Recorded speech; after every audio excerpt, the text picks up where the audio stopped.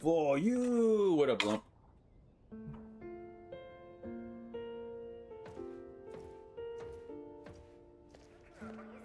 Dude, I went in a full circle.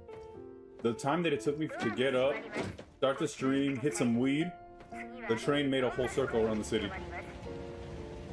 This thing doesn't go very far, does it? For me! For you! I'm gonna get back on that game again a little bit later after I get my dailies done for these games, but... Oh man. It's actually one of the few games that I'm able to go back to and still have like the same amount of fun that I used to. I can't say the same for most older games, even if they are like games that I remember very fondly, you know? Like Tomb Raider I can go back and play, Final Fantasy VII I can go back and play and still have a good time, but if it was a game like Spider-Man 2 for the PlayStation 1, I could never play something like that again, even though I had a lot of fun with it as a kid, you know? Pooping aggressively, so did these dogs, man. I forgot to take them out last night. Usually I take them out in the morning and at night, but last night I fell asleep before I usually take them out, and when I woke up this morning, I had this deep fear that one of them shit or pissed on the floor or something. And I went around feeling and smelling for piss and shit, and there was nothing, so I was like, thank God. But only very quickly, because the dogs, I could tell, needed to go outside. Or at least this newer one, she really needed to go outside. She barked for the first... I never hear her bark, but this time, as soon as she saw me grab my keys to go outside, she barked twice, all excited. I was like, oh my God, poor thing. She probably needed to use the bathroom so bad, and she'd been holding it all night. I felt so bad. Like, I never heard a dog so excited to go outside because of how badly they need to go use a bathroom. And this is the first thing she did too. Went straight to a bush and shit. And I really love exploring this place. Like, even if with nothing else to do, I would just explore this place forever.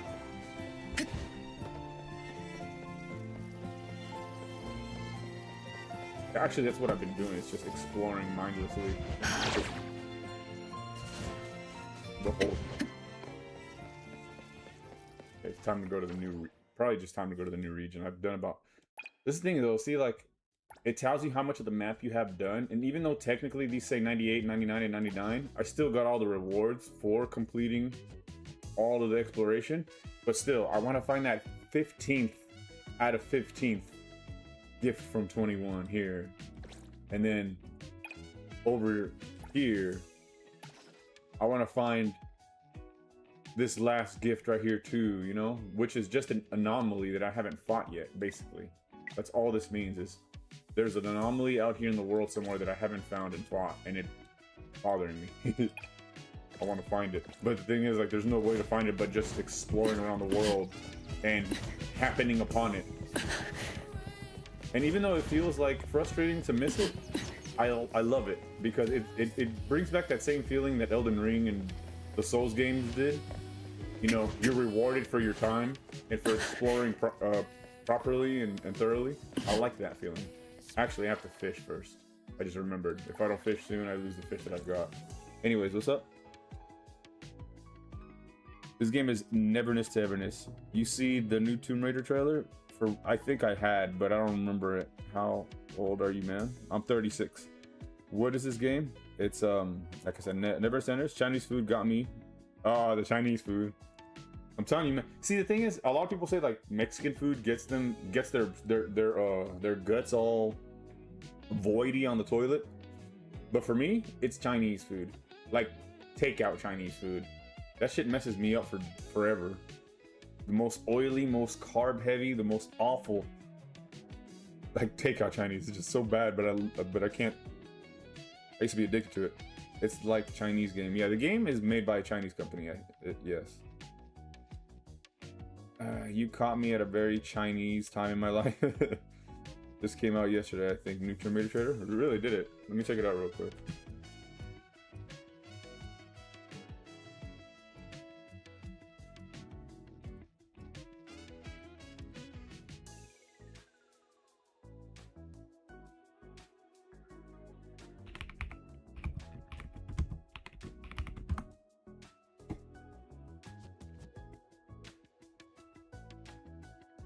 Legacy of Atlantis. Is this the one? 1 day ago? I'll be the judge of this, as I am a day one Tomb Raider 1 from PlayStation 1 fan. I'll be the judge of whether or not this is worth playing. Been halfway across the continent looking for you. Hard woman to track down.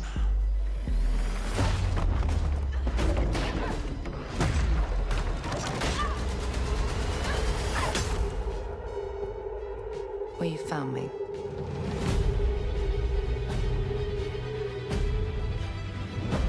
Ms. Croft, I hear when it comes to retrieval, It does look like the you are the one classic. to hire. Actually, this literally looks like World 1, This Level isn't 1 of about Tomb Raider 1. glory or money or making the world a better place. This is a puzzle, buried in centuries of silence. You don't strike me as someone who walks past a locked door without wondering what's behind it. There's a reason I can only trust you with this. Yeah, I know her. She's the one that steals the... She steals the artifact from Lara at the end of the game. They brought the T-Rexes back. Is this a remake of the first? Because that looked like the Mayan temple with the god with the skion on it. This looks like a... Gotta say, you captured your good side. I think this is... It just... Everything in there You're looked like... assuming I've got a bad side. It's weird. Like, the whole thing looked like a rundown of the very first game. The icy mountain Mayan world with the... Or Peruvian world with the bears and the arrows that shoot out of the walls. The Aztec or the Mayan little ruins with the guy sitting on his throne and his skion in front. It looked... Breakdown is a perk in Dead by Daylight that... It's over here talking about Atlantis, but it literally just looks like a remake of the original. Unless Atlantis was the final place in the original and I just didn't know it. Yeah, it was. Fucking hell, the last play... The final region in Tomb Raider 1 is Atlantis, isn't it? Right? Is that place where... Yeah, it's Atlantis. With those like test tube creatures that grow inside of like a fleshy building. No, it might be a remake because Atlantis is the last area in Tomb Raider 1. The first world is that icy mountain land with those doors that were across those bridges with all those little with the bears and all those little horizontally shooting arrows that come out of the walls. And then, like I said, that Peruvian little place with that mummified guy sitting on his throne and the skion right there. The T-Rexes inside of a old rundown looking forest that was near the Peruvian little tomb, that was in there too. Atlantis was in there, like literally Atlantis is the final level of Tomb Raider 1. I think it might be a remake of Tomb Raider 1. And it looks, I don't know, it looks kind of cool, but what happened to her boobs? They're significantly smaller. She's supposed to have some massive badonkers. Like, they're supposed to be so big it's hard to look down. But now they're all like normal. Why does she have normal breasts? That concerns me. Black Ghost, Koi, and Thunder Dragon or something. I don't have any of them. That sucks. I don't have any of what I need. Oh well. I guess I'll just sell this for now. 52,000. No. But it does look like they're remaking the original. That's kind of crazy.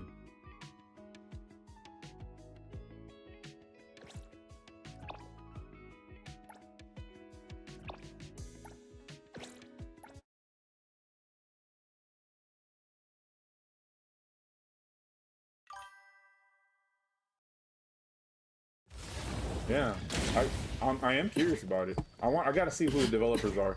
If the developers have been involved in anything woke in the recent like decade, then I may not play it. As much as I love That's because it's the thing. They keep remaking a lot of my favorite games that I loved from back in the day, and a lot of them have been failures because of their woke agenda. So depending on who the developer is, I'll actually definitely consider playing it. I actually have the original like remaster set on my. I think I had it on my PlayStation. So if I wanted it here, I have to play it again or buy it again. But they did remaster the original 3 games. That you can play it on Steam and PlayStation 4 or 5, whatever PlayStation. And they're still so good. And like they're scary too. This is the thing about the old Tomb Raider games is they were actually fucking thrilling too because of how quiet they were. You know, they didn't have to be set. It was just like Dark Souls 1 versus Dark Souls like Dark Souls 3 and Elden Ring. Maybe even just more like Elden Ring. You know how like Dark Souls 1, everybody swears by the game didn't need music because the atmosphere gave you everything that it needed, right? Well, that was the same thing with Tomb Raider. It didn't have any music most of the time, and when there was music, when there was music in the original Tomb Raiders, it was a big deal. Like it really wanted to tell you something about the environment that you're in right now, or about the thing that you encountered right now. So every time, like when you did hear music in the original Tomb Raiders, it was always a big deal. And like the emotional impact was massive, and yeah, it was such a good game. Like I said earlier, Tomb Raider are the only games that I could play today from the PlayStation 1 days that I would still finish to the end and still enjoy 100% completing to this day. Final Fantasy VII is one of them too. The original. It's the best. It's the best when you're walking around a cave because there's always ambient sound in Tomb Raider. And the ambient sound immerses you deeply. It's crazy how much it does to you. It's a PlayStation 1 game, but it feels like you're really in a fucking, like, abandoned Peruvian ruin in the mountains, in the snowy mountains surrounded by booby traps, lions and bears and wolves. Like, it really feels like you're there. It's so good. I remember, like, my mom, back when I was, like, it was so good, my mom bought strategy guides. And she would sit there and read the strategy guides as I would play them. And it was like a movie for both of us. It was an interactive movie we were both watching. It was like the best times in my gaming life ever. This is probably why I like streaming, is because it reminds me of those days where me and my mom just used to sit down together, her reading strategy guides and me just like going through the shit and just like both enjoying it like it's a movie. I think that's what appeals to me when it comes to streaming, is that memory. What is this? Oh, Hayara. Hold on.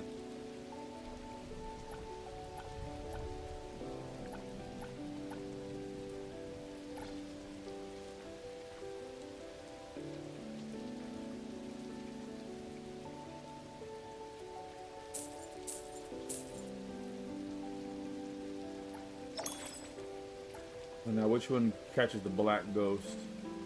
Black. Wait.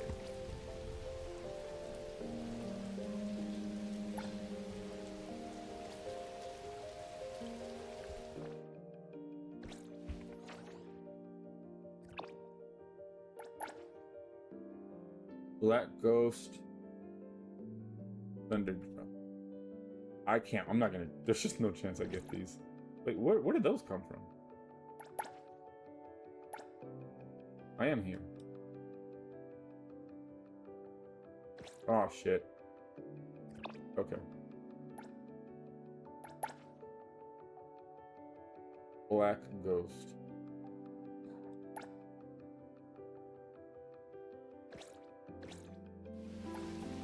I need a bait that can help me catch black ghost. But what is this black ghost knife fish? Who said anything about black ghost knife fish? I'm just looking for regular black ghost. Or is that just what it's called? Or would it be to name black ghost?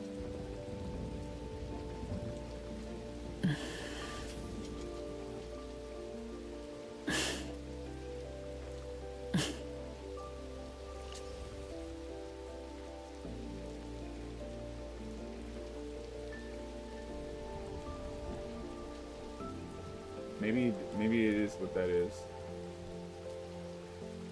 Why did I have to bend the name?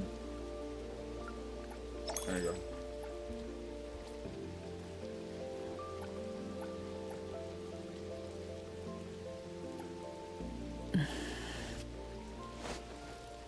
Old Resident Evil 2, yeah. I can still play the... speaking of which, I was about to buy the Resident Evil 2 original on Steam. But I was like, hold on, wait, I got a couple of games to finish off right now. Like Overlord and the others. And then I'll get to the classic Resident Evil again.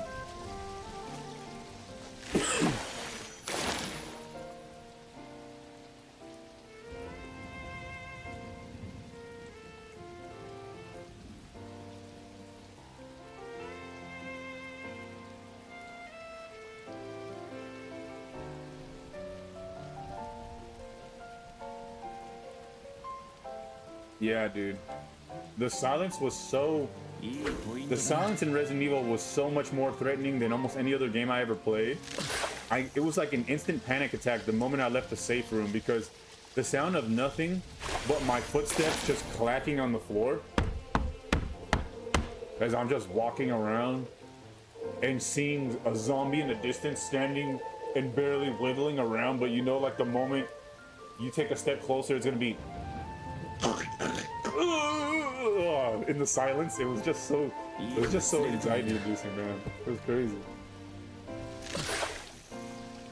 Oh, found a 9 stamina fish. I got something good. It ain't a 12 stamina, but it's still something. I think that's what I needed.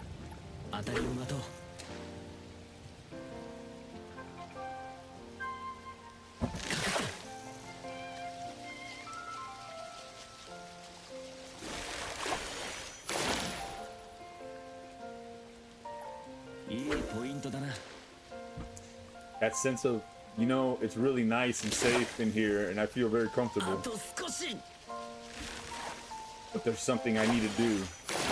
There are things I need to get done that make you face your fear and just move on forward. I couldn't do that as like a 6-year-old. I had to give it up for a few years to my uncle before I came back to it.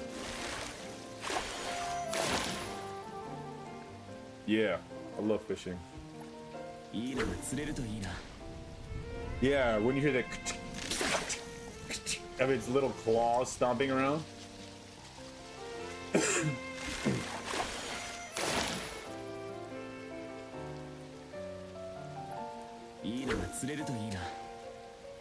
And they were a lot deadlier in OG Resident Evil 2.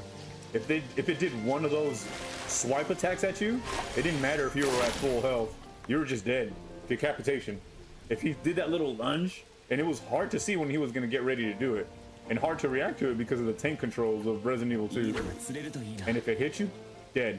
Same thing with the hunters from Resident Evil 1. If that swipe attack hit you, instant decapitation, dead. I liked that. That shit made those games so much more scary. Like, be careful. You might just fucking die in one shot. Danger. I like the original Souls games. I feel like Resident Evil were like the original Souls games, minus the combat, the sword and shield combat. Not the original. There were Souls games before there were Resident Evil games. Not Souls games, but FromSoft games. Yeah, I like fish. I feel like there should be an umbrella here of some sort. The MCs is getting wet. Oh look, I got both of the black ghosts that I needed. Yeah. Hunter, the first time you ever got really mad at a game? I definitely remember getting really mad about the Hunters thing, but I don't remember if it's the first time I ever got really mad at a game. Probably not. It was. I'm definitely sure Tomb Raider was the first time. No, it had to be Super Mario Brothers, because it was the very first game I ever played. So I know it was hard for me. And the one thing I do remember getting frustrated about, it wasn't so much being frustrated, as much as it was being scared. Super Mario Brothers 3 for the NES.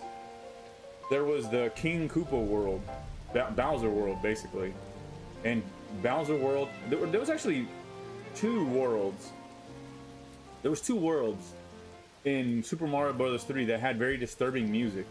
It was the Ice World and Bowser World. And I don't know what the Ice World was supposed to sound like, but it sounded like pure fucking horror. It was the most terrifying, like, world music I've ever heard for a video game world. And I'm talking about, like, you know how in Super Mario Bros. 3 you can like choose what stage you want to go into, so you're like in the world map and you get to pick what stage you want to go to in that world map, and then you can go into that stage, and the stage just have both basically classic music, but the world map music itself for the Ice World, I'm gonna just show it to you because it's you gotta agree that it doesn't sound right. It's just off. And I don't know if it was supposed to sound terrifying, but it is terrifying. So I'm gonna show you this. Super Mario Bros. 3, Super Mario Bros.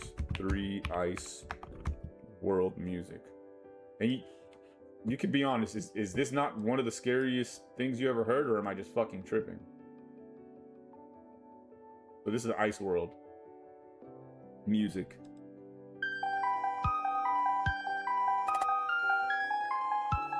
What is this?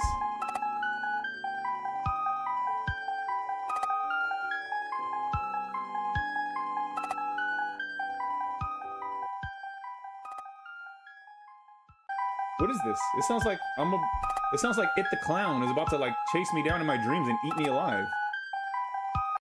Right? And that doesn't even actually that didn't even sound right.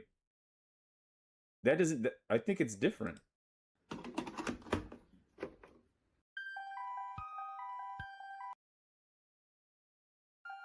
No, that's it. Yeah, that's it. That's the one. This is the one. This is the real one. The original one.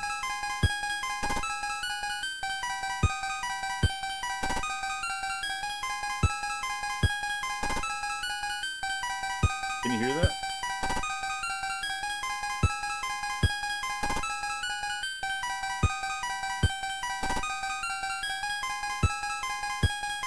And that would just play on loop forever while you're on the Ice World map. And it would scare me so badly, I'd had to ask my mom to like sit there and watch me play because I couldn't. The sound of that music was terrifying me. Trying to make a twinkly sound, however they bad. Yeah, right. It sounds haunted. And then you hear like the dum. It sounds like the ice cracking for some reason, but it sounds like something malicious cracking the ice. I hated that. You hear it, right?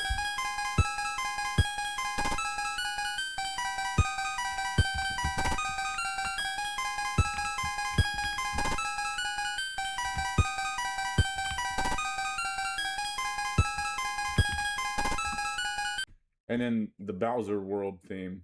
This is this was the second one, and this used to terrify me too, and I couldn't play. And then like the whole background was terrifying too, because it was just fire and brimstone, and it looks like hell. And then the music sounds like hell.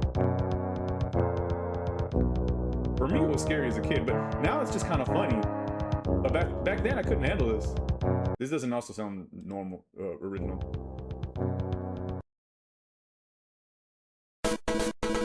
No, that was the final boss theme. This is the one. This is the original. I don't know why they have some really weird remakes, but this used to freak me out as a kid. And the whole Bowser World had this theme, so you couldn't escape from it. So these two themes, and you know, and along with the ice theme.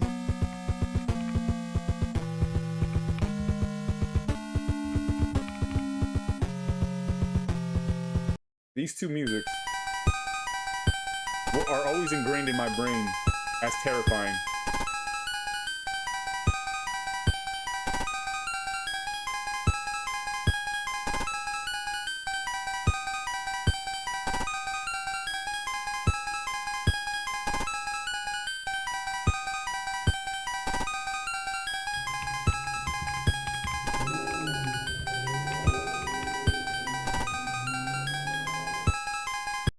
And then the final battle with Bowser. I remember this.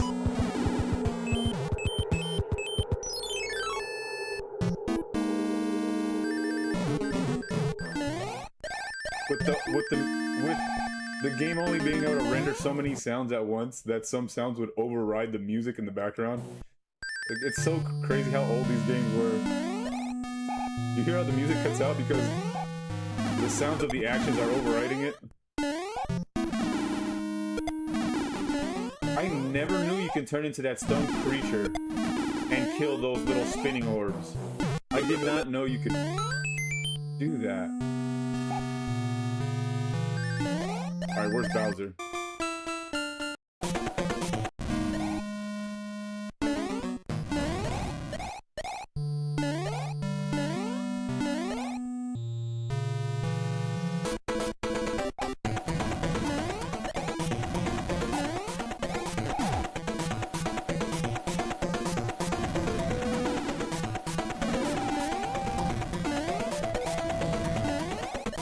This music is a lot more intense than I remember it being.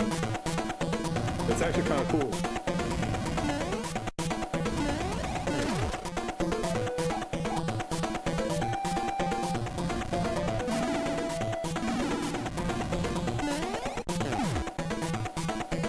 You just had to get him to kill himself, basically. Eventually he'll just do it.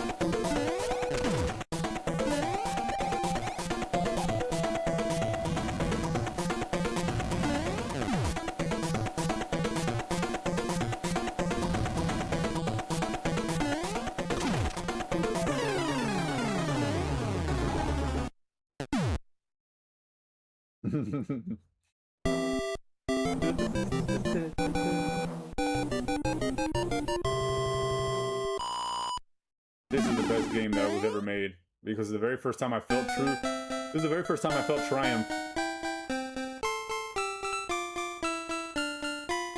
Back when Princess Peach had brown hair.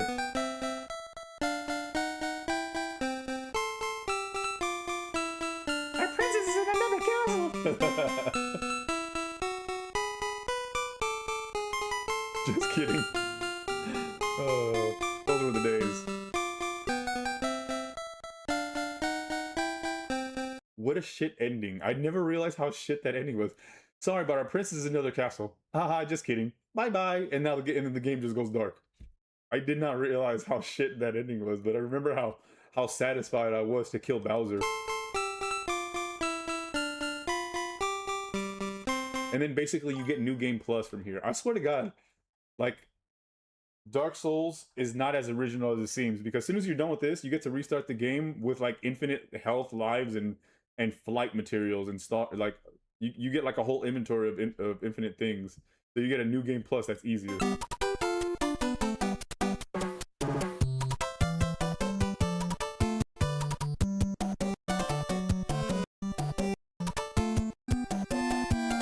Iceland suck. I hate this place. Skyworld was pretty cool. I hated this place. Pipeland? Fucking hated Pipeland. It was just like... it was just like trap after trap after trap place and like puzzles of how to get... You had to like navigate weirdly. I hated Pipeland. But at least it didn't sound scary. Actually, Pipe World sounded really mellow. It was like... It sounded like drunk... no, not drunk dudes. It sounded like some Rastafarians high on an island for some reason. Her brunette face, yeah. Back when she was a brunette. They put the full art cards in MD, and they are a shit ton of support. On Master Duel. Yeah, the music is anxiety inducing.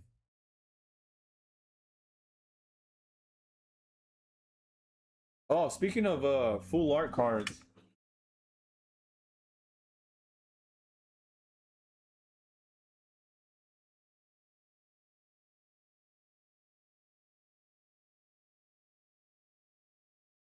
I did say I was gonna open one of these, and I'll save the other one.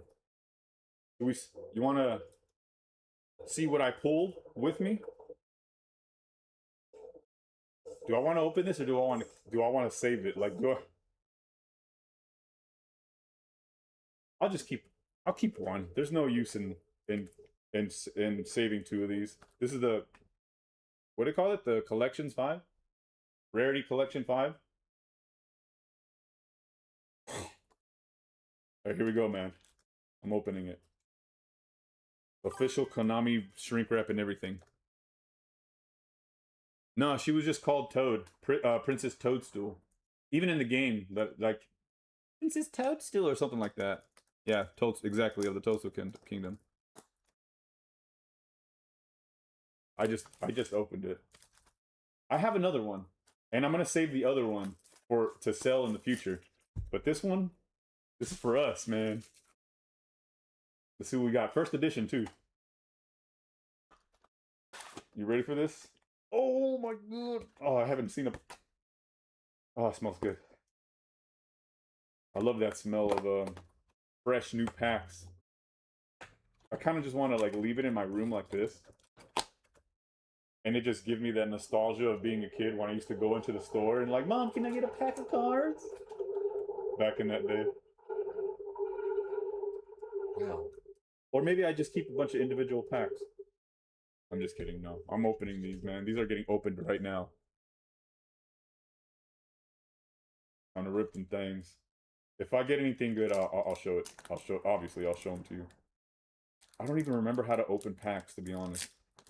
I don't want to like fuck them up. I know that the ultra rare card or the special card is always in front. So I'm gonna start out with putting it in the back. Wow. This one has a little dent in it. I don't know the different type of rarities in this collection, but this one is whatever rarity has the stars and the background shiny. Levitane, Generator, Boss of the Shadows, Scarred Dragon Archfiend, Platinum Gadget, Starlight Rare Dragon's Mind, and then the Japanese art Ghost Mourner Moonlit Chill.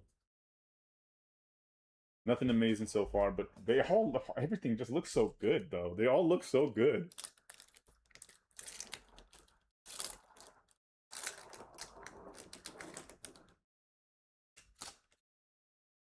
This one in the back. Dracotail Phimena.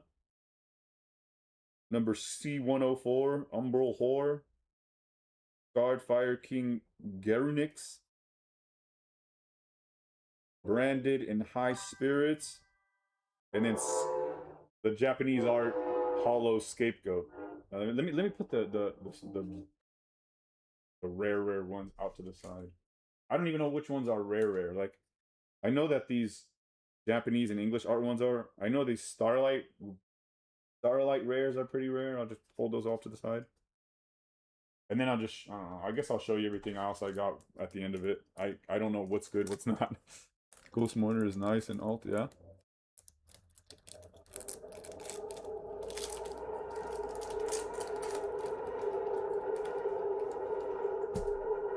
Foolish Burial with the Japanese art on it. Whatever it means. Branded at High Spirits. What the fuck kind of rarity is this? It doesn't look like Starlight, but the whole thing is shiny and textured. I don't know if you see. It's a Armelier Hard Leader Dragon? What the fuck are these names? Armelier, the Star Leader Dragon. And it's got like this funky textured holographic texture. I don't. Kashatira, Fenrir. Excuse me.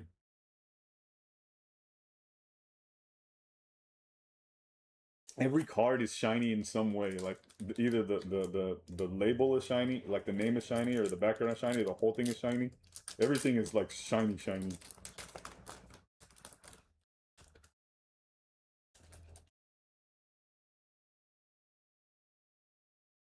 reinforcement of the army with the Japanese background text. Albion the Sanct Fire Dragon or something like that. DDD Marksman Kingtail. Imseti of Glory Horus. DD Counter Surveyor.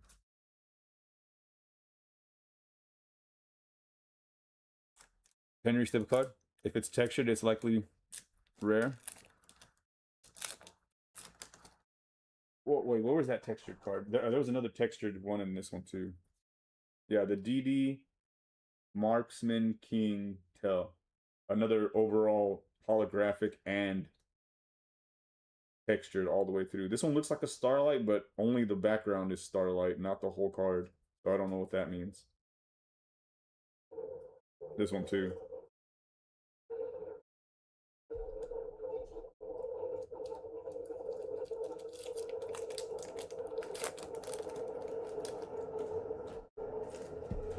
Let me put my empty pack somewhere else.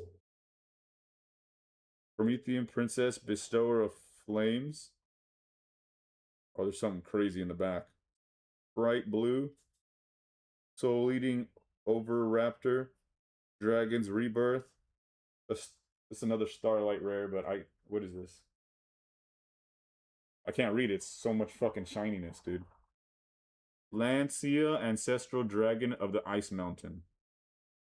That shit looks fucking insane. Do you see this? I couldn't read it because how much shiny shit there was on it.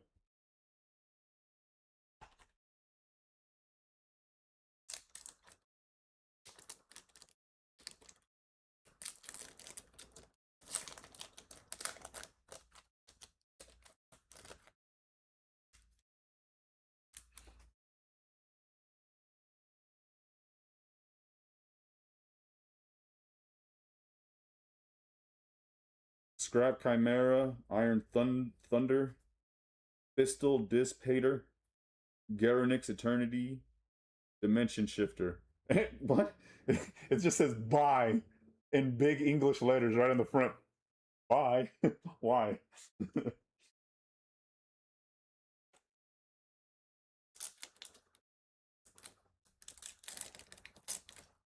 One of your bosses in your deck? They're not the Starlight rares are the ones that are like the Starlight rares are the ones that are just pure white, right? I just mean that whatever that starry film is, not all white ones. Or those are ghost rares, the all white ones, huh? Are you just Skull Dread, Dragon's Mine, Night Sword Serpent, Super Quantum Blue, Max C with Japanese characters on it. I got the Max C. This is the card that everybody hates everybody for, right? Holding on to that. The card that just lets you draw infinitely and may even have to force your opponent to just end their turn early. I ran a couple of Maxis. I ran a Maxi. It was very useful in the current meta. Pot of Avarice with Japanese letters. Songs of the Dominators. Super Quantum Red something. Heavy Polymerization. Oh, this one's bent on the corner. So if this could have been Fire Knight, High Avatar Kirin. This one's hella bent in the corner. A good thing it wasn't the rarer card. Starlights are heavily lined.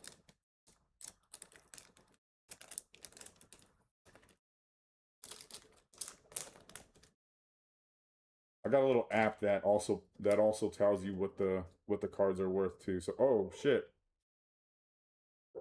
I got a kind of full art. Not a serialized, but I got a full art. Odd Eyes Arcray Dragon. It's a pendulum. Let me actually take a look at what this is worth right now. I got a little card thingy that it's probably not worth extremely very much. I think I've seen this card before, but hey, it's a full art. Let's see what we got here.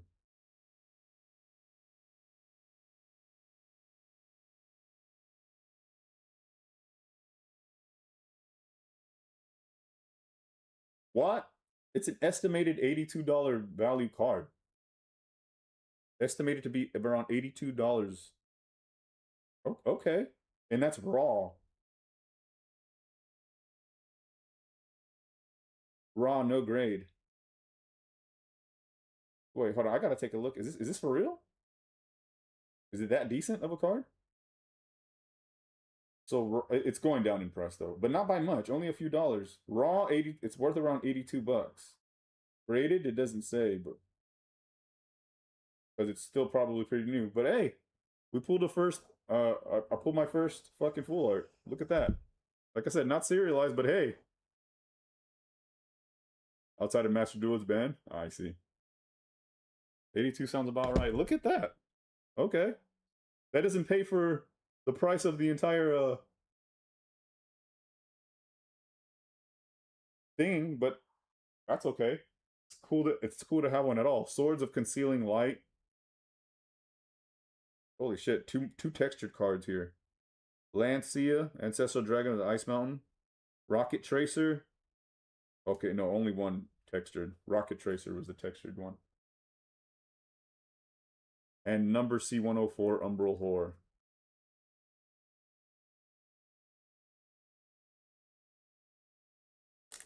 Look at that. I think they say there's like 2 full arts of that type per box, I think. Or maybe just... I don't remember what the odds were. Infinitrack River Stormer. Special Schedule. Pharynix Eternity, King of the Fire Kings. That's a lot of words. Tri-Horn Dragon. And this has got that crazy background. Like wherever I turn it, the entire card has that shimmering effect. That's cool. I'll put that to the side. And Ghost Ogre Snow Rabbit with the Japanese letters on the left side. But let me put this full art out to the side. I wanna keep this one nice and safe on its own. I'll put it in a sleeve right now, actually.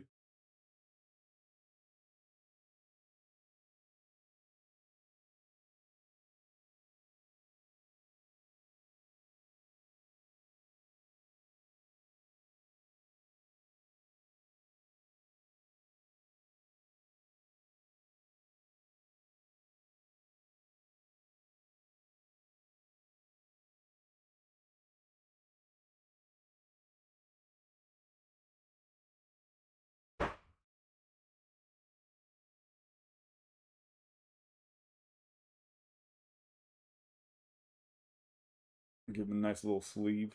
Wow, it looks so pretty now that I look at it on different lighting.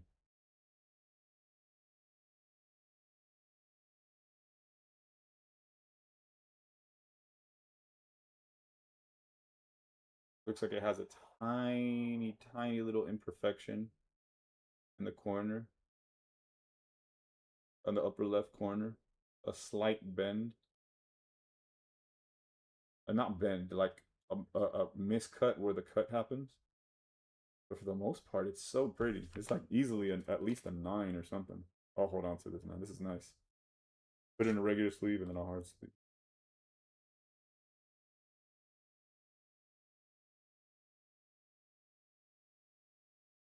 I don't like the way it's fitting in there. I'll get a different one.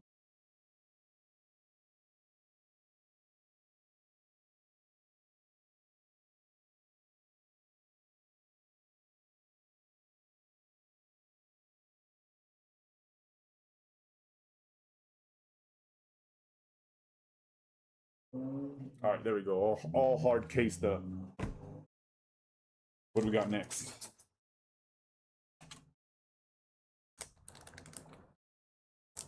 Oh, what up, Muff?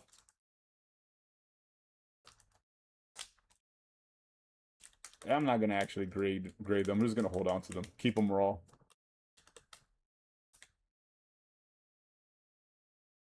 Super Mario. I was just like showing them some of the music that terrified me as a kid. The Ice World and Bowser World were scary. And right now I'm opening up some Yu-Gi-Oh cards, a pack of rarity collection that I bought online. Lancia, Ancestral How many of these did I get? And I got them of different rarities too. Dogmatica Nation. Albion, the Sanctified Dragon. This one has a few scratches on them. Oh, never mind. It's just some loose material. Swords of Concealing Light with that starry little texture in the background. Compulsory Evacuation Device. What the hell? It's got that funky starry background pattern with the Japanese characters in the back. Really cool looking.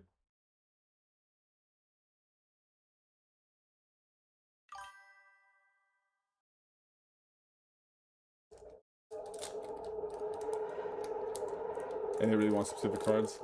That makes sense.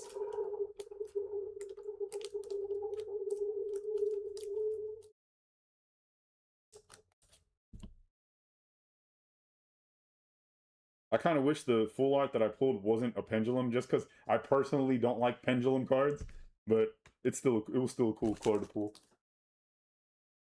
Raigeki. Holographic, of course. All of these are holographic in some way. Quick Launch. Another textured card. Infinitrack River Stormer. This one's really cool. That texture looks a lot cooler on that, that black card. Scrap Chimera. Sky Striker Ace Ray. With that starry, complete background and the Japanese characters too.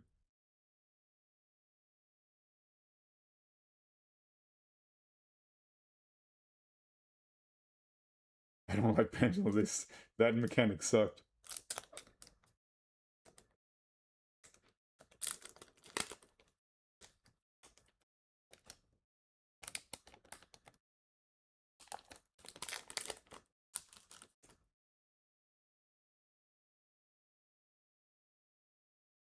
Infinitrack Harvester.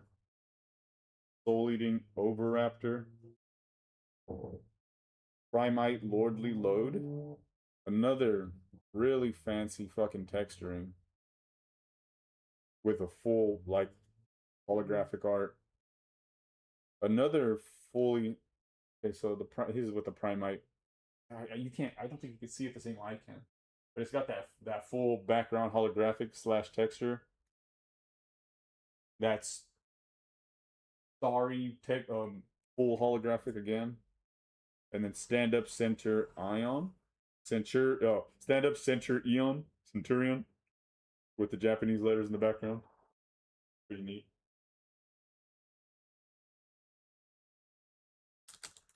Primite. I put all the ones that look nice to the side so that I'll like scan it and see what they're worth later. But I've only got like the free version of that app, so after like 20 more cards, I have to like wait a whole month before I can scan more cards. Yummy Amusement Mignon. Yummy Amusement Mignon. That's a weird combination of words. Elixir of Black Awakenings. Bestial Saronir. Another Amusement Minion, but it's that completely starry holographic background.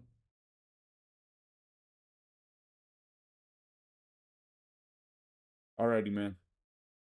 And then Scapegoat with the Chinese or with the Japanese characters all around.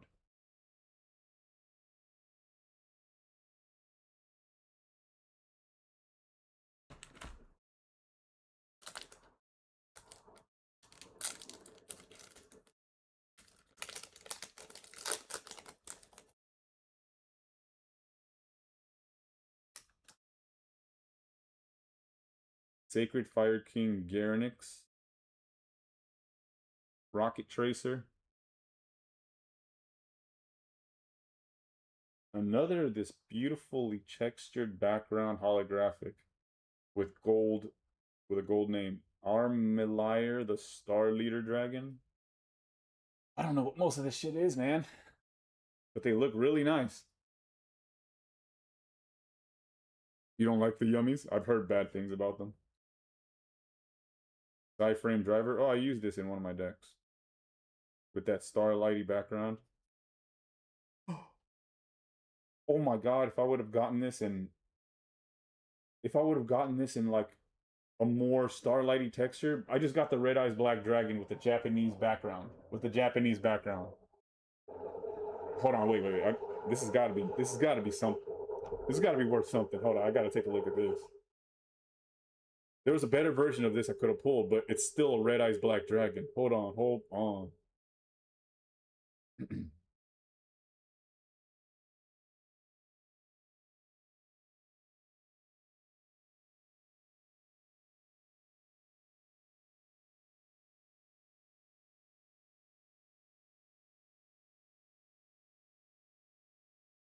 Yes, it's worth $1.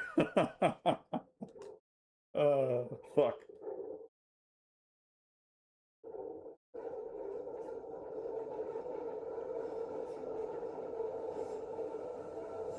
Wait, is it the same one?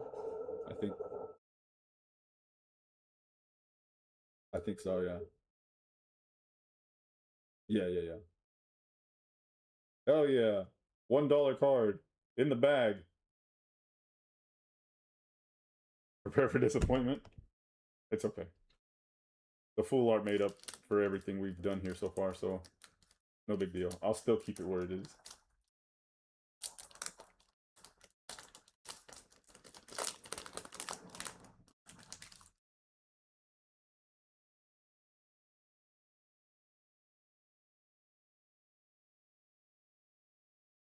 Yo. Dark Lord Ishel. Some of these names are just crazy. Ancient Gear Fusion. Yummy Surprise. Yukiona, the Absolute Zero Mayakashi with some starlighty background, but only on the main photo. And then Skull Servant with the Japanese letters.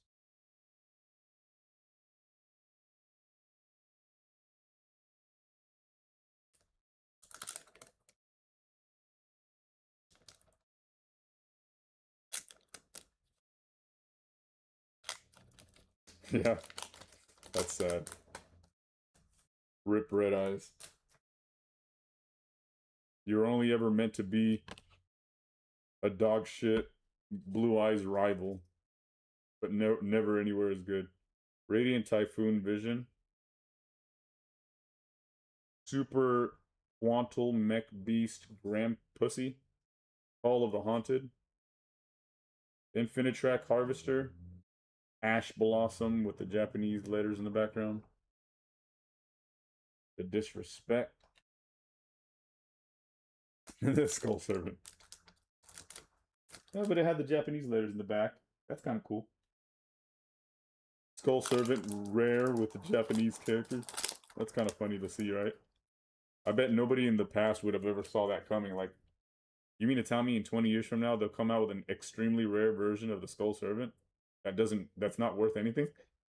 Ancient Gear Fusion. Super Quantum Blue Layer. Trap Dust Shoot. Dosulfacord Coolia. What the hell is that name? Nebiru the Primal Being.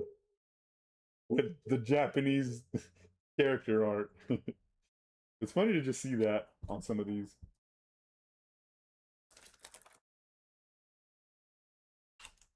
I mean, we got one full art so far. That's kind of cool, man. Skull Servant, but don't they have a little deck that feeds off Skull Servants in the graveyard or something like that? Sky Striker Ace Rose with Japanese background character. I forgot to put it in the back. That was supposed to be the super rare pool. Uh-oh, there's something crazy back here. Lopter, Shadow of the blah blah blah. Another Ancient Gear Fusion. Sacred Fire King Garanix. Night Sword Serpent. Oh, it's just a super starry Night Sword Serpent, whatever.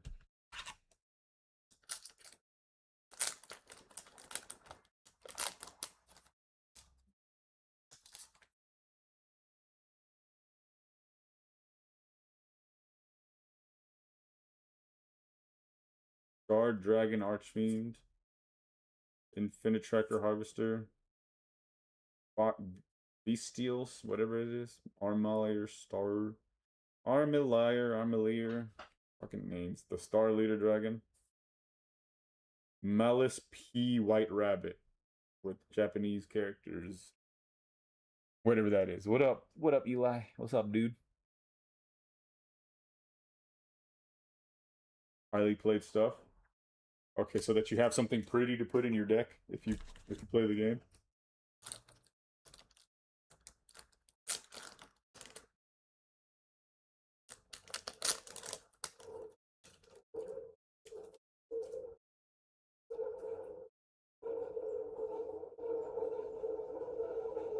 Garanix Eternity. I'm freaking out. I saw something crazy. Iang of the Fire Kings. Dark Lord Ish. Wow, this looks fucking gorgeous. You probably can't see all this texture and all this holographic, and even like the character itself, it's smooth, like it stands out like it's 3D. This is a crazy looking card. Might not be worth too much, but it's damn, it looks good. Yummy Amusement Mignon. Hey, Lacrima, my boy Lacrima. One of my cards from my deck. Oh, never mind. Pirelli, Pretty Memory, something like that. Dean Smith, Lacrima. What's up, man?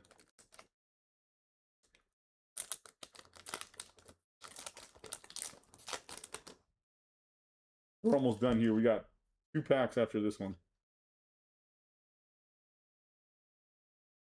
Yukiona, Absolute Zero Mayakashi or whatever. Another beautifully textured Ancient Gear Fusion. Wait, what's this?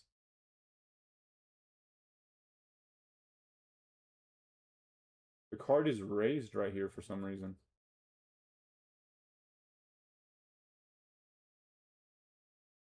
What the hell is this? This card got packed with some trash in between. And it dented. Like, there's some shit in between these cards, and it just dented the hell out of this. There's a huge nick in this textured ancient gear because of this piece of trash that it got packed with. This is fucked. This is a fucked card. It's completely worthless.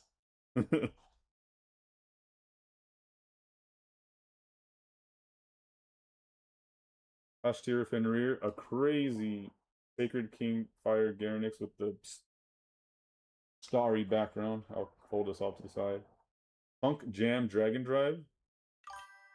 I've never heard of this card before. Has lots of quality issues like that.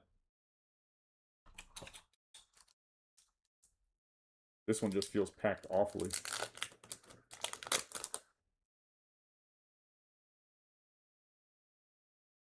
That one felt really weird. Soul Eating Overraptor. Yukiona Absolute. Dragonfire Rebirth.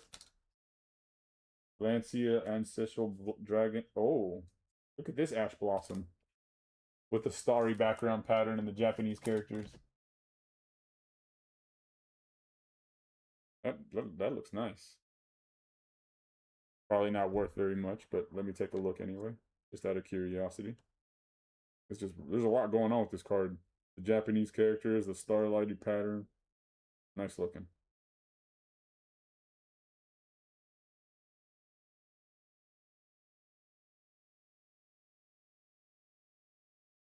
Oh, it's like a $33 card raw. This is like a $33.50 card. Nice. With that little starlighty background. Not bad. I'll hold on to that.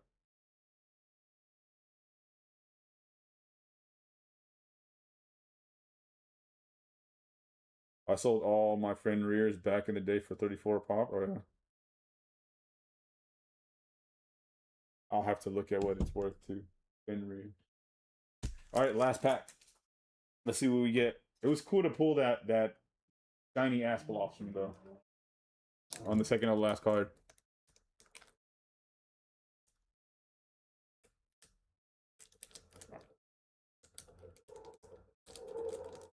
It makes sense that they would make a rare version of the Ash Blossom. All right, here we go. Last pack. Let's see what we got. Night Sword Serpent, Trap Chimera, Sariuja Skuldred, Amnesty Glory of Horus, and here goes the last card of the entire box.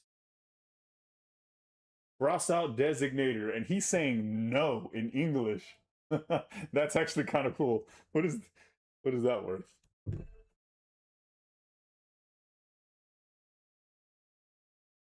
Not a bad final pull. No serialized full arts, but that's extremely rare, so. He's like, no. $5, yeah, that's a $5 card. Right now. Okay, good stuff. And the best card I pulled was the Odd Eyes Arc Ray Dragon. Full art. Nice, nice. Man, this was such a nice looking card for it to get so fucked over like that. It really got... Let's just hope it wasn't worth very much. Let me see what it's worth on... I doubt it's worth very much, but let's just check anyway.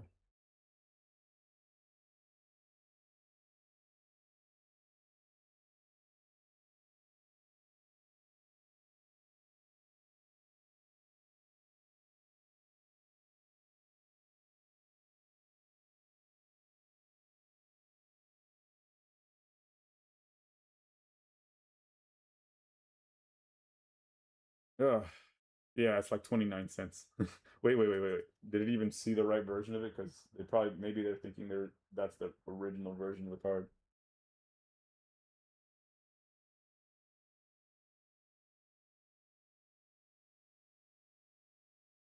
No, it's this one. It's like a 30-cent card. That's good because they really fucked it up. All right, here's that stack of Yu-Gi-Oh card that just pulled out of that box. Look at these.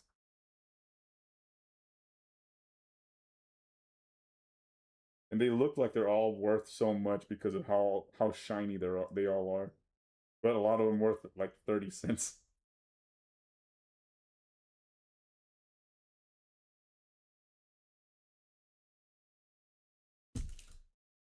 Good times. And these were all the supposedly like high quality ones here. Cross-act Designator with no Ash Blossom. I like the worded cards. We're the one that said bye. I like that. I like that one too. Here's another Ash Blossom, but not the Starlighty looking rare. The Skull Servant. I wish I had the Starlight version of Skull Servant. My worthless Red Eyes.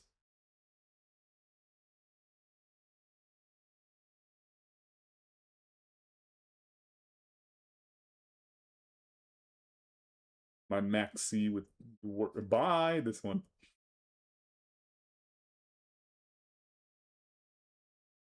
Cool. I'll put. Let me put these away. Back to the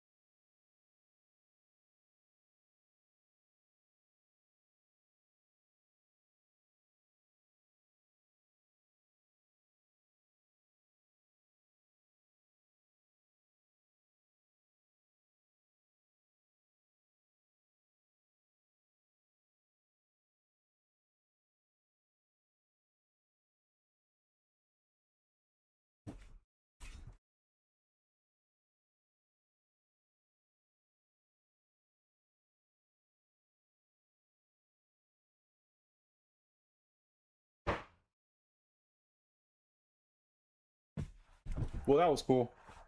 But that other box is getting saved for like 10 years. And about 10 years from now, maybe even a little bit more, I'll sell that Rarity Collection 5, the entire box, for, I don't know, maybe we'll see what it's worth in the future. My current portfolio of cards is worth $517 right now. I have a Japanese Pikachu promo card worth $298 right now in my closet. And I didn't realize that they were going to be worth that much. I sold 4 of them about 2 years ago for $50 a piece. I had a bunch of these Pikachu promos because I picked them up in Japan when I was living out there. And now one of them is worth $300 ungraded. Graded, it's worth over $1,000. One PSA 10s of this Pikachu that I've got, $1,362, $1,362. 298 raw in good condition. And I've only got 1 left. I used to have 5. That's my most expensive card right now. I have a $90 Rainbow Rare Marnie, which is a Pokemon card. $90 Rainbow Rare Marnie. A $5 Rainbow Rare Mawile V-Star. This one's not even priced. $2 Mega Mawile. $82 Odd Eyes, that full art that I just pulled. $33 Ash Blossom, and a $5 Crossout Designator. For a total of $517 worth of cards. If I decided to sell them, which I probably won't anytime soon.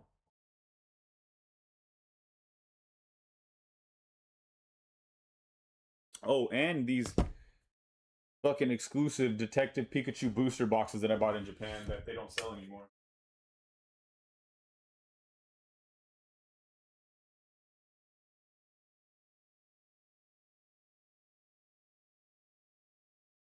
This right here.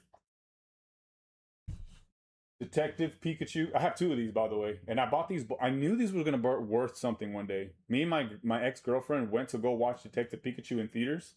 And then we stopped by a convenience store. And it sold these little Detective Pikachu booster boxes. It has a Mewtwo GX gigantic foil card. You know, the big ones. This little Detective Pikachu. Even this little card right here. Just this little promo right here in the front of the box. This promo card is worth a decent amount of money on its own. And it comes with, other than just the giant box, it has 3 Detective Pikachu Pokemon packs. No, and 3 tag team packs. So it has 3 packs of the tag team cards, 3 packs of Detective Pikachu, like, exclusive packs. You can actually pull Detective Pikachu versions of the Pokemon from the movie. That's pretty cool. And 3 packs of tag teams, like I said. And I bought like 7 of these. And I brought them all back to America with me. And I sold like 5 of them already for like $50 a piece. And these are also worth so much. I'm so mad at myself. I'm a bad collector. So I've decided from now on, everything collectible that I have, I'm saving forever. Forever. Until this is worth like $30,000, $40,000. Because it will be someday. You can't get anything like this anywhere else ever. How was the movie? It was charming, but it wasn't good. It was charming.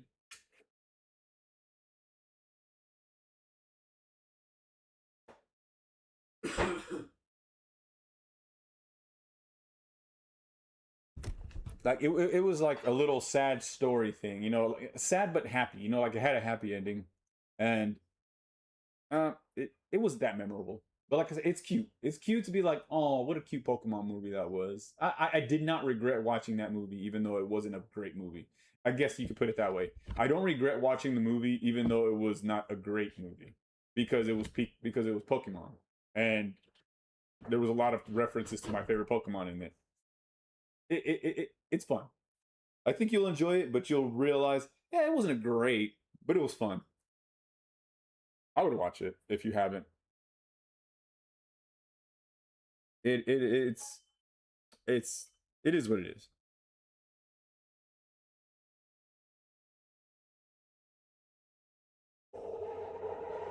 Every ghost sister. Oh, and the thing in my pulls. I'm gonna have to go through all the cards later on because some of them might be rarer than I think they are, and I'll go through and just take one of those photos with that app that I got, see what they say they're worth, and then I'll put anything that seems rare into a sleeve accordingly.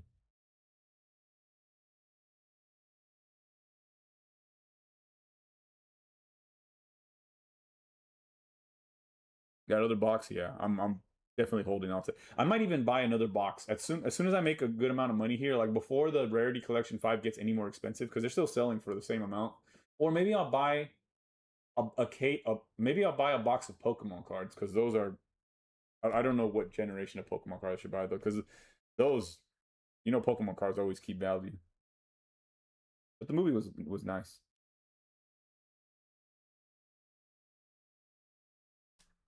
But yeah.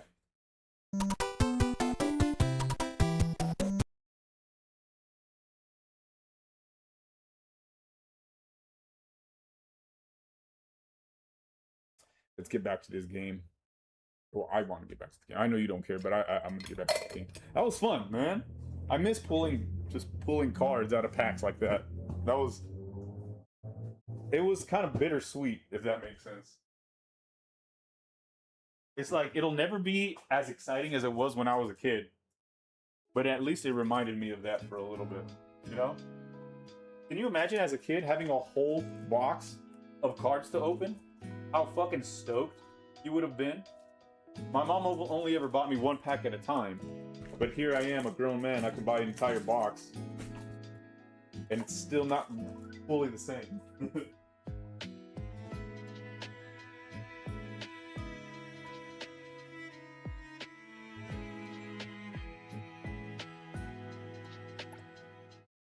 But still enjoyable.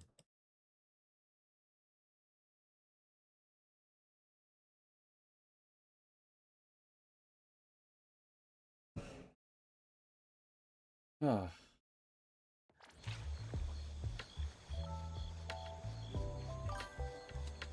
You got to open a box of Pokemon cards once? I did a few. I was very irresponsible though. When I got out of the Navy, I got like a $10,000 like severance package for getting separated early, and I just spent it on nothing. And I bought like 7 cases of like 7 boxes of packs of Pokemon cards back in the DX days, and all of those cards are gone now. I had some really fucking fantastic pulls in there. I mean, like the rarest cards of the series I pulled, but they're all gone because one of my sisters, she's that kind of person. She stole everything valuable that she could find in the house, just sold it. She lies about it to this day, but I know her. I know the kind of person she is. I grew up with her. I've seen her steal from my mom before. I've seen her steal cash from like savings jars, little piggy banks and shit like that. Like I know her to be that kind of a thief. I know it because I did it too. We stole together. But she still does. And she stole my entire collection of Pokemon cards and sold them off when they were still relatively new. So it was worth nearly nothing. Well, I mean, it was still worth what it was worth at the time, but not nearly worth as much as it could have been worth today if I would have been holding on to it. Well, when Caesar on the box, I don't remember what set that might have been, but there's been so many sets of Pokemon cards.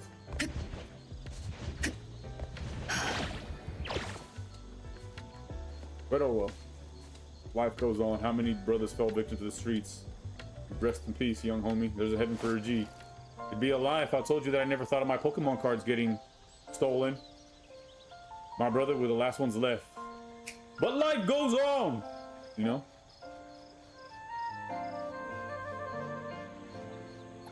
I forgot to cast my line.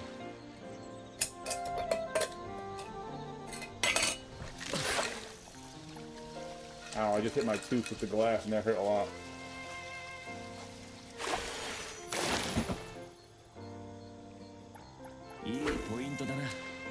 What was your favorite card from that set that I just pulled?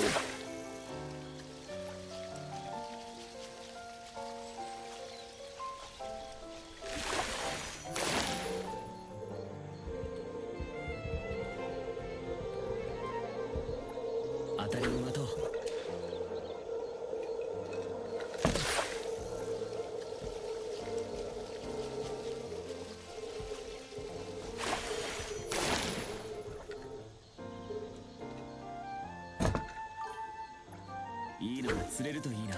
いいのす。いい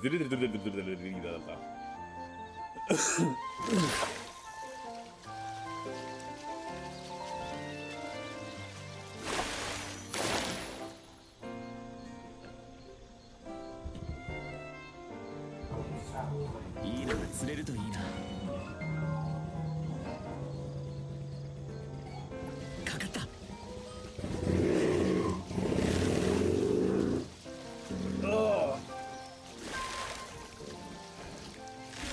A Farty Davidson outside. Probably the cross out. Did that one look cool?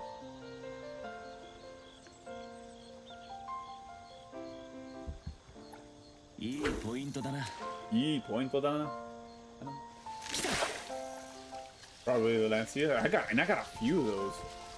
In different rarities too. One like some with a fully like starry looking background. One with just a background regular hollow. One with golden name. Like I got a few rarities of that one. 当たり馬と D shifter? Did I get that? Did I get a shifter? 逃がさないぞ。Let me take a look.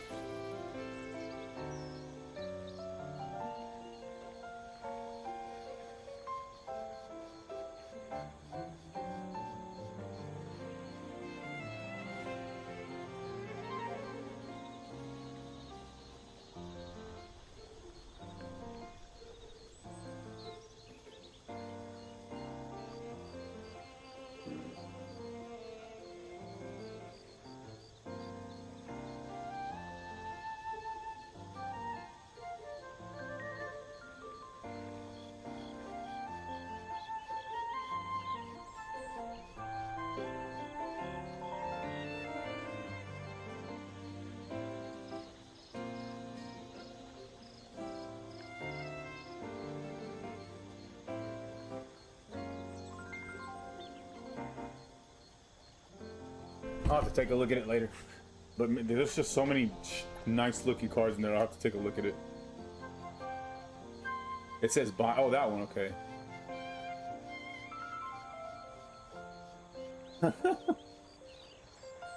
Is that why it says buy on it? That's hilarious. Bye. That's so troll. Imagine pulling that out in a real game. いいのが釣れるといいな。 Bye.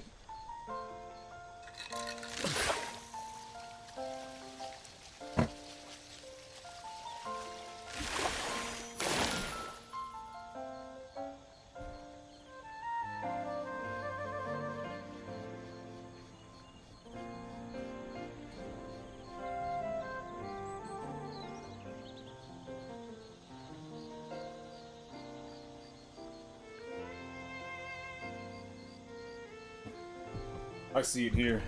Dimension shifter. Let's see what this little guy's worth. It's not a special rare though. It's just like regular holographic with gold a golden name. We can take a look anyway.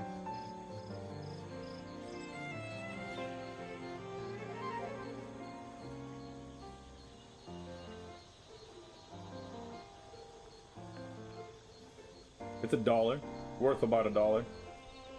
Bye. Bye. Have a great time. I kind of let's see what this Max C is worth. Probably not much, but just curious. Max C with Japanese lettering. $3.30. That's not awful. It's better than the Dimension Shifter. I'm curious about all these cards now. I might just go ahead and get a little snapshot of all of them, see what the potential is.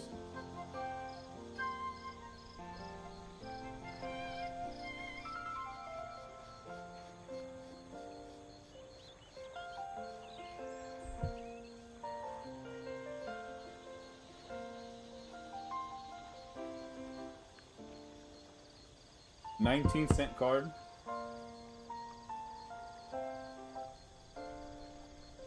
See what this reinforcement of the army.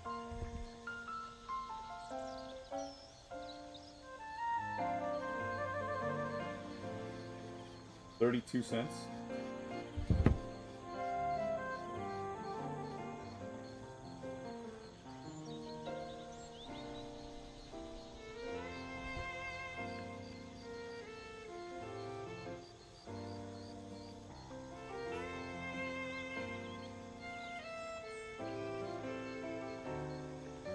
$0.18. I'm only gonna start scanning the ones that look valuable,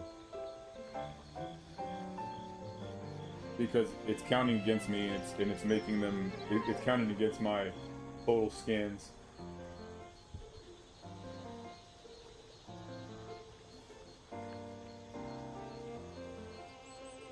$0.39.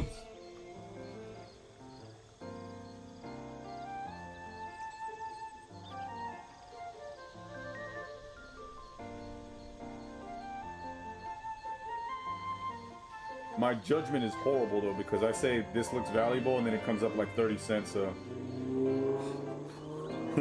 my judgment is not very good.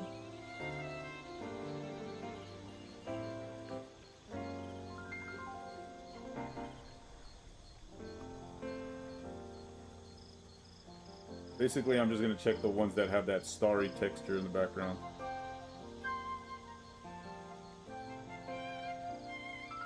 And even that might not be a good judge of the quality of the card.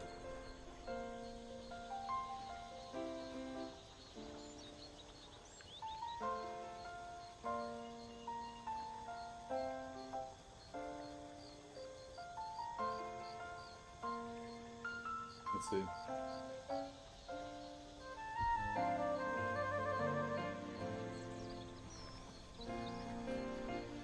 That Skull Servant card is worth $1.54, which is ironic because that's more than some of the other cards were worth that were significantly better cards. The skull that shitty Skull Servant is worth more than some of these much better cards. Nebiru, oh, the Nebiru with the Japanese art. The Nebiru is worth like almost $10. Look at that. I wouldn't have expected it. It doesn't even have the starry texture, it's just Nebiru. I'll hold on to it.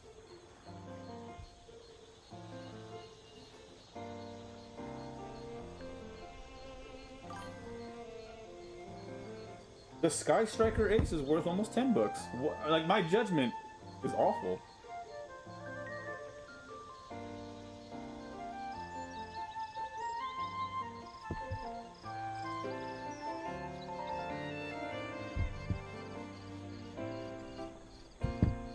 Night Sword Serpent. See? This one's got the super starry background, and it's only worth like 33 cents. Like, my judgment of these cards is awful.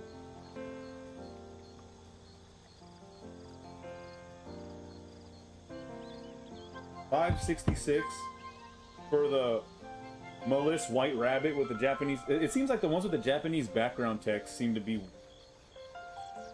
worth a good something.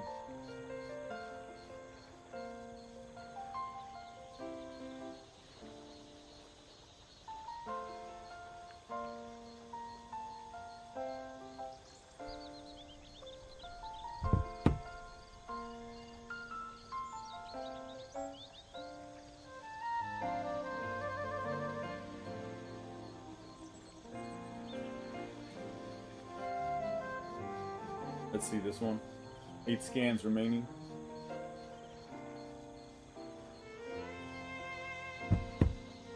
And then this Fire King Garanix with a super shimmery background, worth nothing. It's crazy.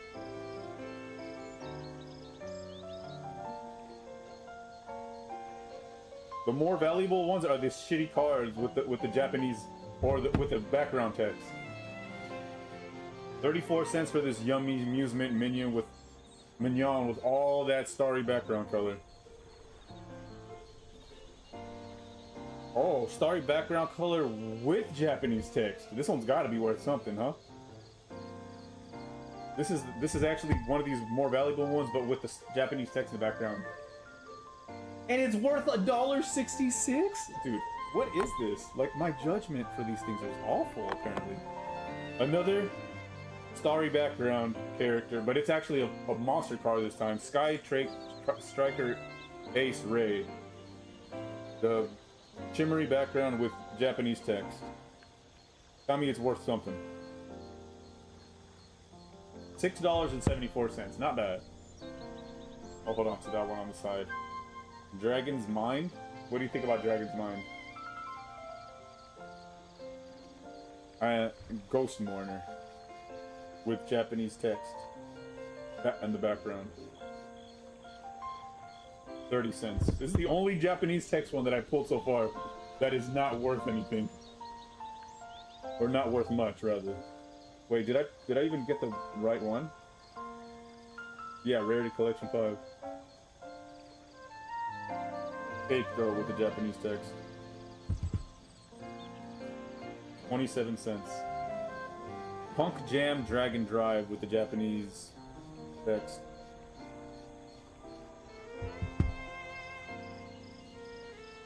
$0.17. Some of these are actually not. Some of these are actually worthless.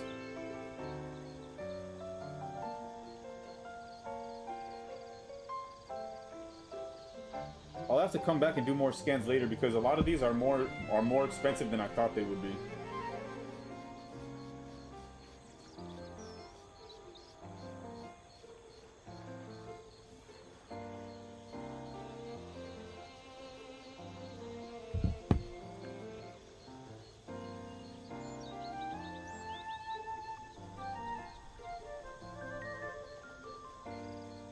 They all just look so nice though. I could just look at these all day. They're so cool looking.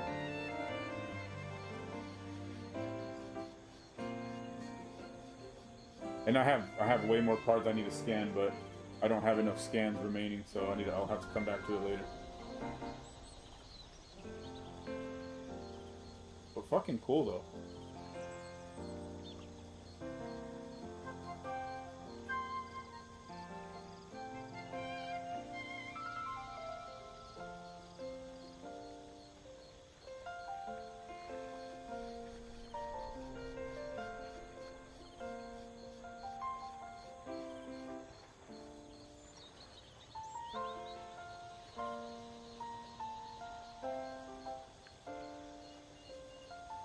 Fuck off, man.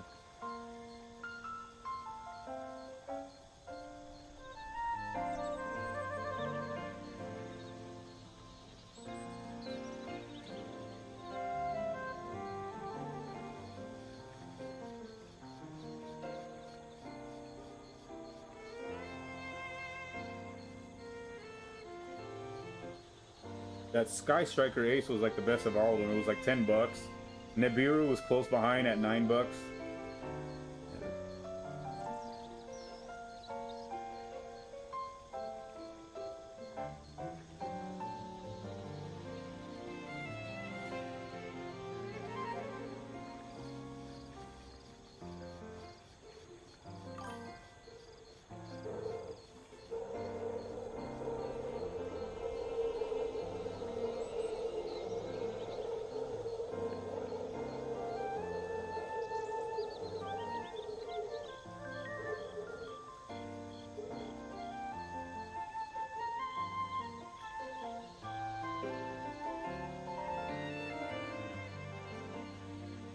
Cool beans. I'll have to, like I said, I have to scan the rest of them at another time because I ran out of scans. I don't know when I get more scans, how often I get scans. And I don't want to pay for a premium version of a fucking photo app.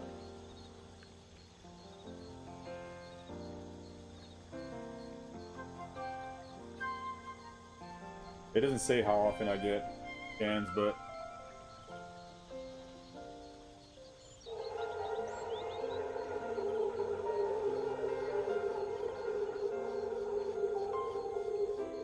I'll come back to it another time anyway.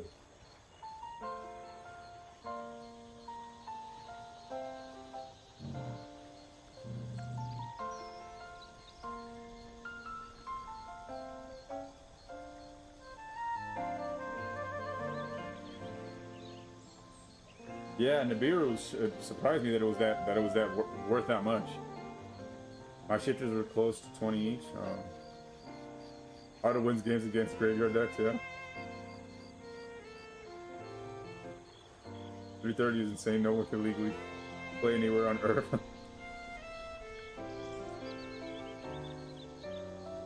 Which one was a $3.30 one again?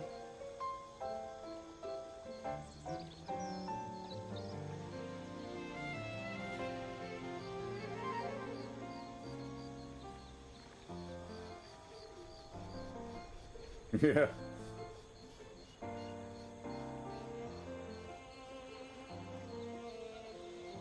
As a red, I got 2 Dark Moons, 2 Sunbros, and the host on my ass.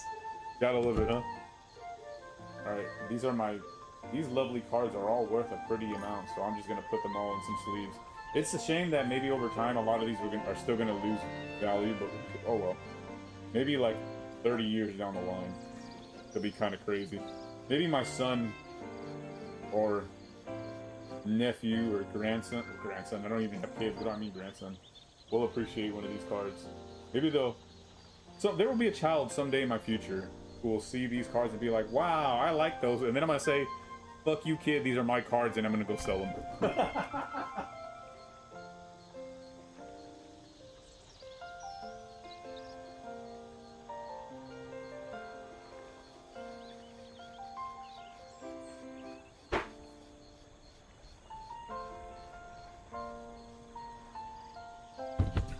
I'm just kidding. You never know. You never know what the future holds. I don't know what I'm gonna do with those cards. Oh, Max C.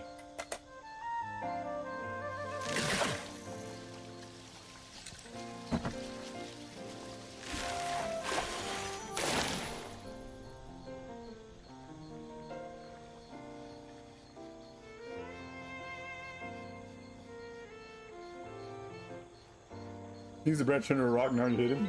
Nice. Nice, nice.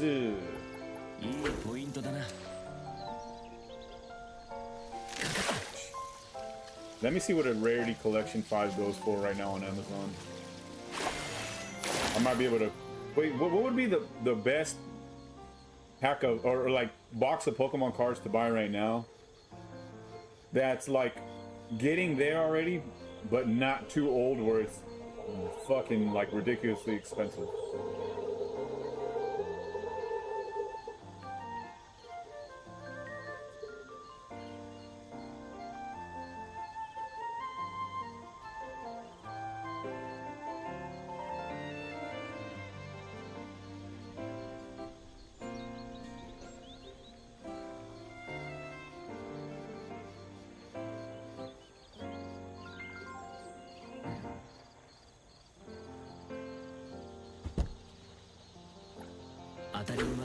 Pokemon card. Oh, okay. Probably any. I think any one of the newest sets would be fine. They climb in. They skyrocket in price so fast, man.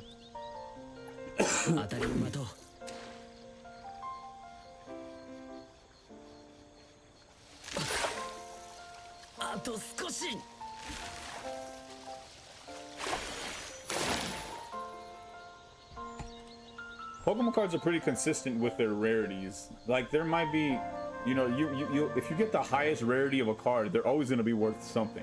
It's not gonna turn around and be worth 33 cents. That's for sure. You know, like the Starlighted Pattern, ultra rare, fucking special colored name, everything, with textured outlines and fucking extra framing, 33 cents. If you find something like that in Pokemon, it's even if it's not the best card in the world, it'll be worth something.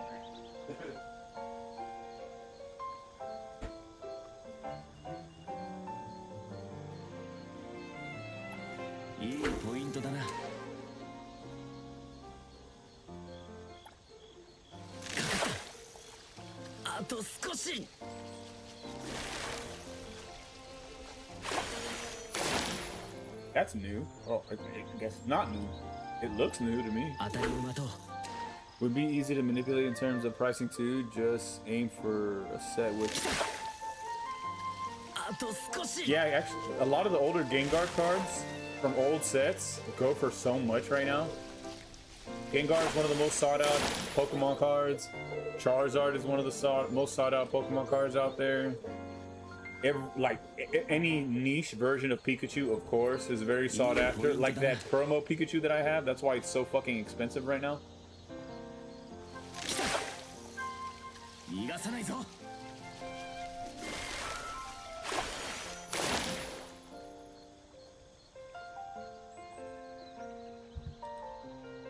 And then there's still those box promo Pikachus that I like. Technically, I probably could open up those boxes, sell all the parts individually, like the giant Mewtwo card, the Detective Pikachu packs and the tag team packs, and then the Pikachu promo itself. But I'm not gonna do that. One day I'll sell it all as a set.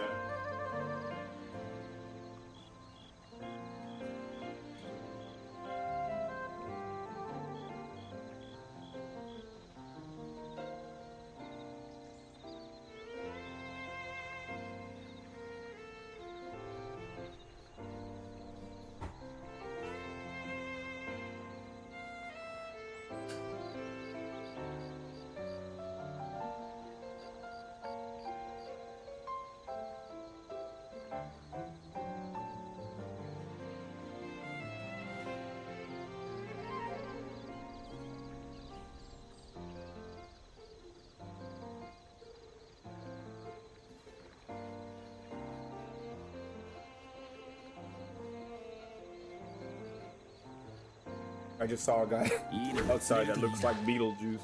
Not the movie Beetlejuice, but the short black dude with the messed up teeth Beetlejuice.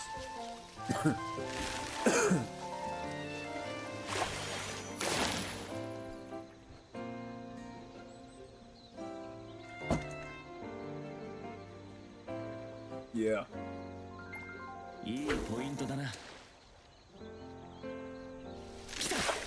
But then there's also a lot of really cool outliers too. Like one of the most expensive Pokemon cards in the entire market right now is I can't even remember what it was, but it's like it's kind of just it's just a regular Pokemon, not very strong, not of any rarity of anything, just a regular like uncommon card, but it's worth like a couple thousand because it was made by it was drawn by an artist that they were having like issues with, and they couldn't get their agreements right with something that had to do with the illustration of the card. They couldn't come to agreement with the artist, and because of it, it ended up being like a very short printed card, and now it's like one of the most expensive Pokemon cards out in the market. But it's only because there's so few of them, and it's not even like I said, it's not even a great card. It's maybe like a Dragonair or something. Not even a Dragonite. It's like a stage 1 Pokemon, a first evolution stage Pokemon with no special abilities or anything. But it's worth like thousands of dollars because they only printed a few short runs of them because of a dispute with the artist of the card. It's kind of funny. And apparently there's a story of that with Yu-Gi-Oh too, where there's a card out there where they had kind of trouble with an artist. And because of that, it's this shitty card that's worth thousands of dollars because they couldn't get the artist dispute thing, fixed out.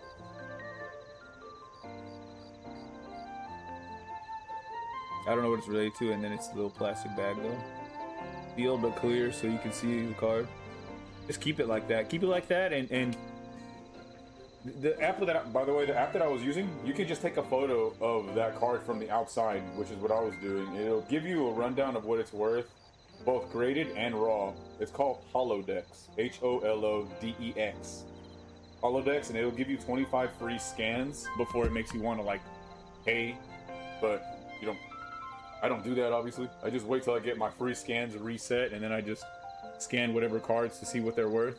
And then you can make the whole portfolio. Like right now, like my whole I actually forgot to save some of them because I thought the scans only saved if you saved the picture, but no, it counts the scan even if you just take a picture. So out of the cards that I saved, I have about a $555 worth of cards here in my collection. And this Marnie is among one of my more expensive ones, aside from the it's a Japanese Marnie. This is Rainbow Rare Japanese Marnie. one of my more expensive cards right now. Everybody liked Marnie card. I don't just because she's a hot little girl, I guess, a hot little goth girl. Because the card itself was, they always, the thing about Pokemon cards is they always print a newer version of the same thing. They do the same thing, but it's newer, and it's got a different trainer on the face.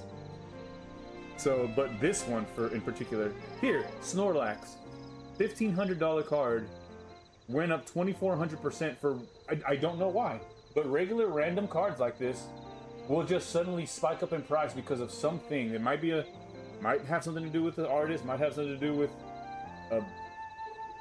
I don't know, but this Snorlax, regular ass Snorlax, it's rare, but it's the fucking normal Snorlax. Like, you would have pulled this in any pack maybe. And it's worth $1,500 right now. But why? I want to know why. What made it? A PSA 10 is worth $1,500. No, I think somebody got scammed. I think somebody got scammed because this is... Even a regular raw near mint version of this card is only worth like $5.50. But the last PSA 10 sold was $1,500. I think somebody got scammed. Holy Narglepuss.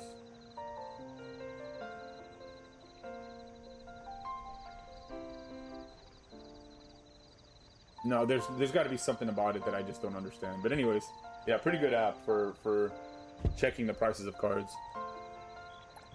TCG Player, yeah. Also, it's funny that Holodex thing has a link straight to TCG Player, so you can go buy the card the moment you find it. So on that Holodex, you take a photo of the card you want. It tells you what the PSA prices are: PSA 10, 9, 8, 7, and 6. It tells you what it's worth raw, and then it tells you what it's worth on TCG Player, and it also gives you a link to go and look at TCG Player's own listing of that card.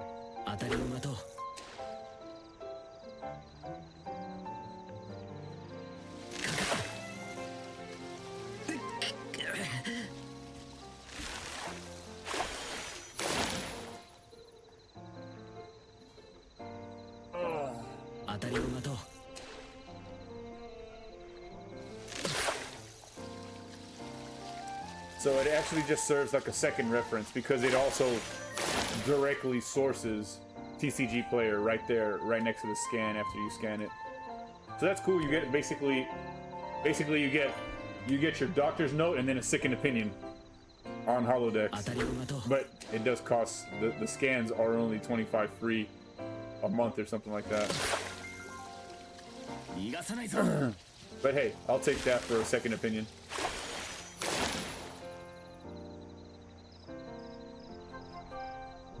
You actually sell? You can sell on TCG Player?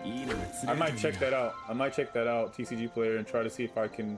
I'm not gonna sell any of my cards right now. In a few years, maybe, but I'll look it up and see how it works.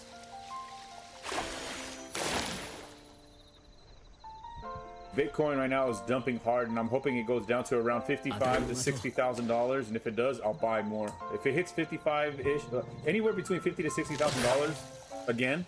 It's an opportunity of a lifetime, and I would recommend that to you right now.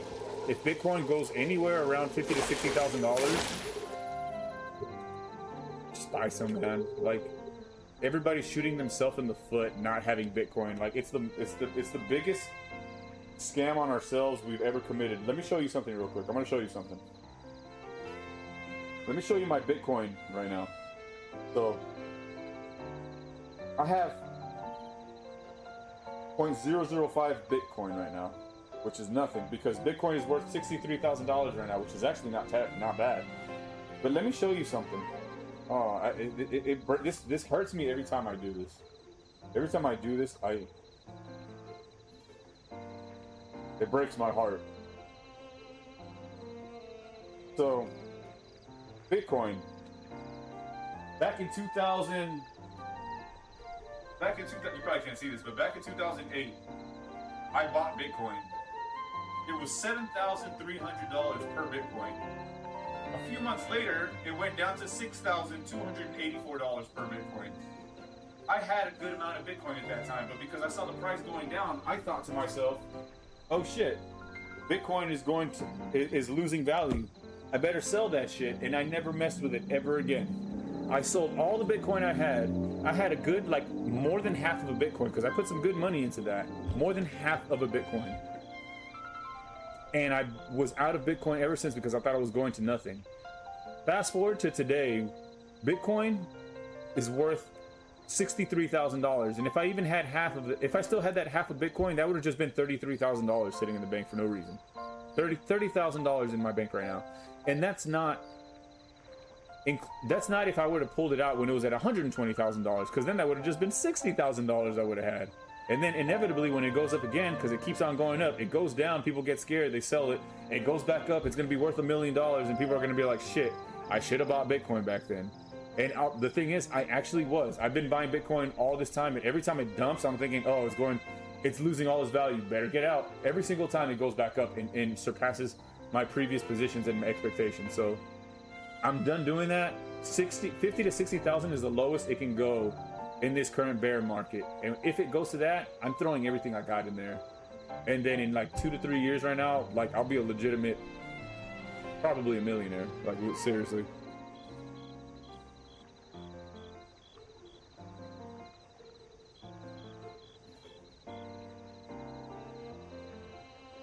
No, I'm not interested in cryptocurrency. I'm interested in money, and it's gonna be it's making me a lot of money. It will. I'm never making the mistake of pulling out because the price goes down, because the price always goes up by more than double every single time it recovers. Every single time. If you look at the Bitcoin chart since its inception, it just straight up with minor dips along the way, but never stops going up. I'm never making that mistake again.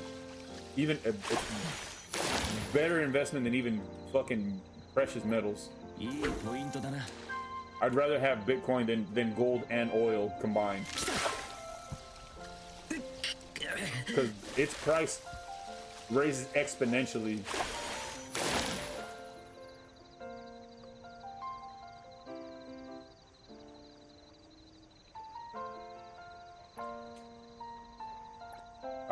I'm out of bait.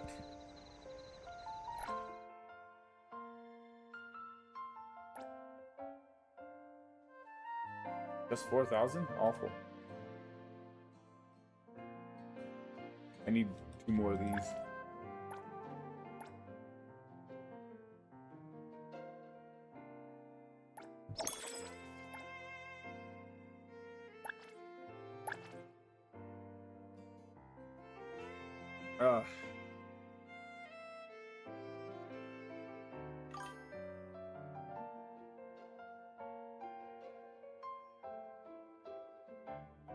I just want to pay off my debts. I'm in over like $75,000 in debt, and it's crippling. So if I can make all that back and just pay it off, it's not having the money that would make me happy. It's not having debt that would make me happy. Not happy, but less anxious, less fearful of my position in life, because owning that much money is insane. So that's why I'm trying to make a lot of money as fast as I can, because the sooner I can pay off the debt, the better off my future will be.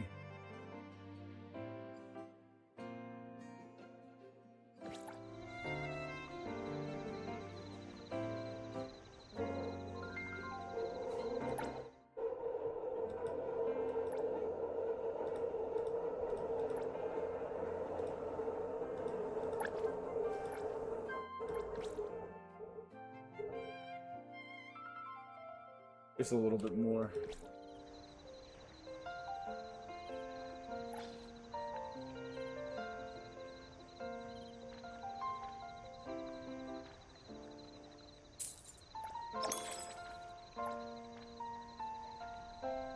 Maybe 20 more and I'll be okay.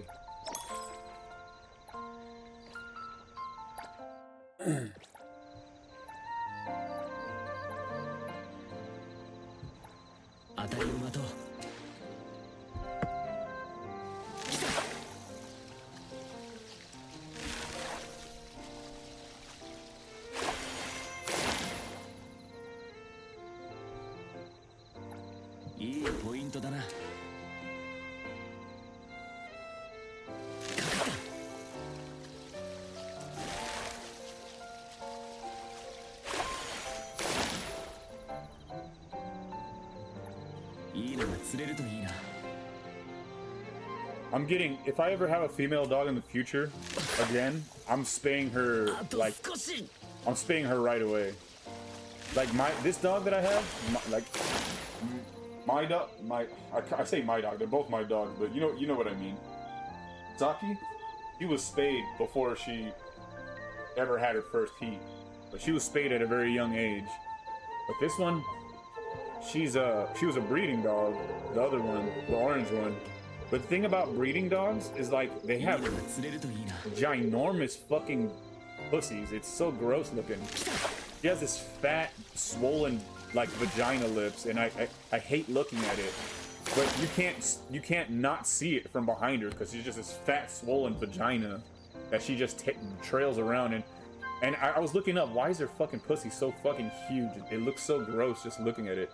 And it's apparently dogs that go in heat the first time, like, their vulva swells a lot, and for a lot of them it never goes back down to normal size. They just stay fat and disgusting looking. So she has this fat puffy vagina on the back of her that I can't not see. So, like, in the future, if I ever get another girl dog, I'm just getting her spayed right away, because it just looks so gross to look at. Like, Saki doesn't have that. If you look at the back of her, it's just nothing there. It's just her butthole with her little raised tail. But this one, it's her exposed butthole and fat black pussy, and it's disgusting looking. It's just so gross looking, dude. Just seeing that just fat pussy lips right there. And the thing is, like, they're dark too. It's like she's an orange dog, and then she's got this dark black pussy, and it's like it stands out, and it's so gross looking. And it's not her fault. I'm not. She's dog. But, like, for my sake, to not have to deal with that in the future, if I ever get another girl dog, I'm spaying her way before she goes into heat, just like Saki, because it looks so gross. I don't like looking at that. And she's always licking on it too, so, like, I'm always just seeing these flaps of pussy skin just folding as she licks on them. It's just disgusting looking. And then she has periods too, because she's, like I said, she was a breeding dog, so she bleeds. And I have to, like, clean up after it all the time. If I knew it was be that much of a pain in the ass, I might have looked for an already spayed one, but it's fine. I have her already, and I'll take care of her.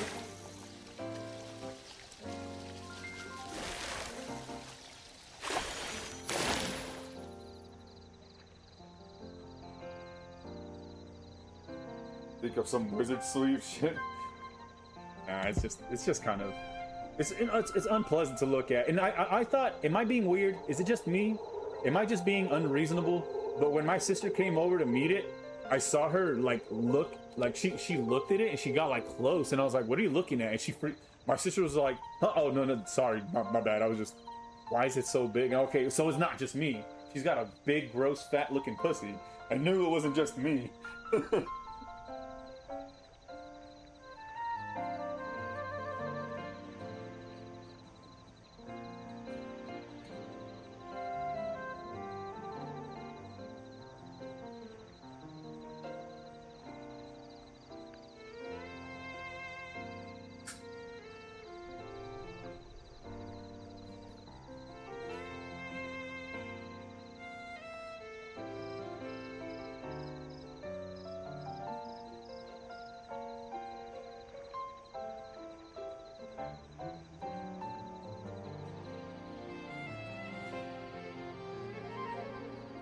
It's so weird though, because, like I said, hers is like she's lighter skin all around, with the light fur, the orange fur, but her private parts, like her little nipples and her coochie, are this dark black color. But Saki's an all black dog, and every portion of her skin, her private areas, she doesn't have any nipples at all, because she, like I said, I spayed her before she even hit her first heat, so she never even developed the little nipples. But she's all perfectly just yellow or pale skinned everywhere, except for her nose. Her nose and her lips are the only black parts of her skin, which is weird. Why? But this dog, all her tips of everything, her paws, her nails, her eyes, like the color of her eyeliner stuff, nose, lips, private areas all dark black colors. It's so weird.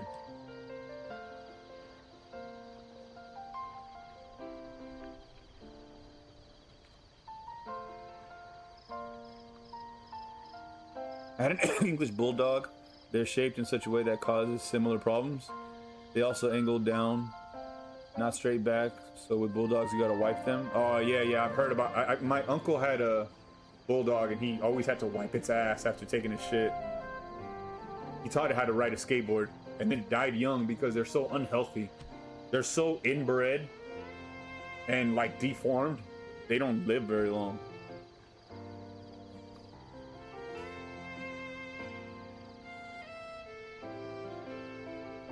That sucks. Yeah, like physically it causes her no problems. It's not like she's not like, you know, oh, a 12 cost, I got a legendary fish. A 12 stamina. Like it doesn't physically cause her any problems. It just looks gross, you know? I don't like being able to see that. Golden arowana, look at that.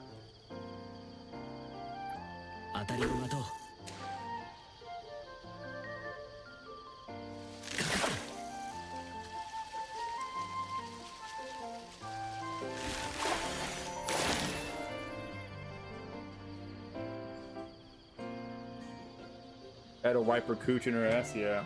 Yeah, I don't.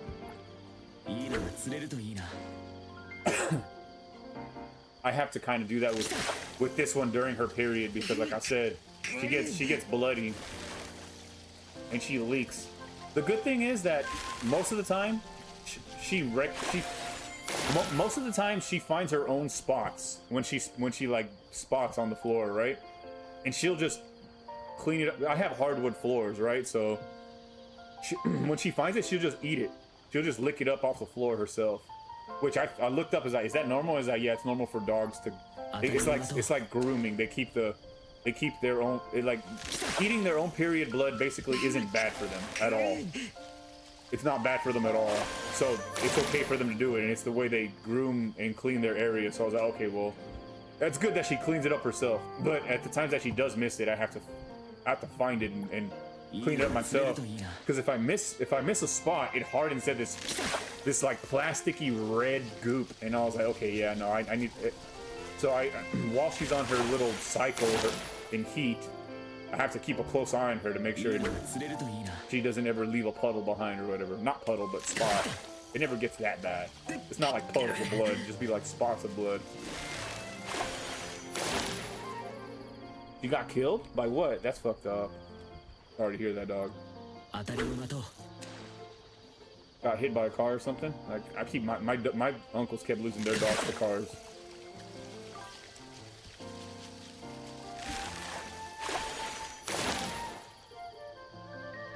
Yeah, it's gross, but hey, I get it. That's that's what they do. It's only gross to us because we're not used to it, or we don't, because we don't do that. But if you think about it, it's just blood. Your own blood is just nutrients.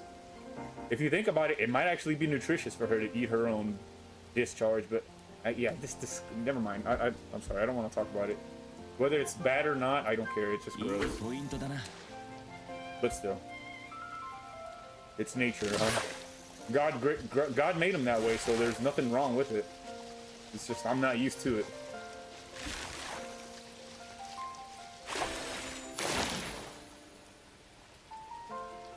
"2017 and robbed me and my business partner." That's fucked up, and they killed the dog, bro. Like, you're not. Who's scared of a bulldog, dude? That's so messed up, man. Like that's just cruel. Those are the type of people that would definitely kill a child too. They shot her on camera, and that's fucked up, man. I'm sorry. That's the worst ever.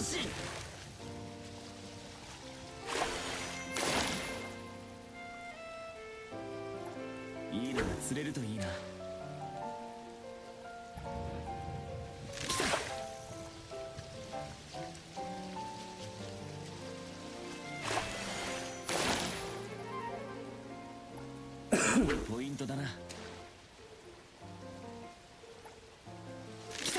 To your business partner? What was the deal with the business partner? Like who gets involved in something that bad? That's crazy. いいポイントだな。 Well, I've been. That's why I'm so fucking terrified of the world now, and that's why I barely. That's why I barely like. I meet significantly less people than I used to in the past, because I've gotten in some pretty terrifying positions with the wrong people in the past, not knowing. あと少し。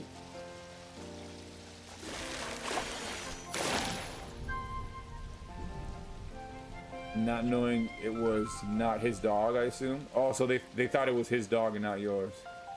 He robbed him and didn't tell them, and didn't tell me.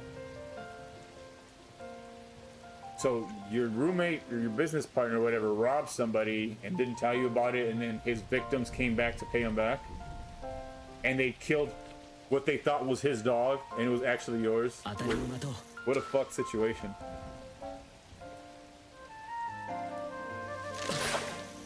See, this is how evil begets evil. Where victims become people that where the victims were people who were never a part of it. And sometimes those victims become revengers themselves. These vicious cycles go forever. あと少し。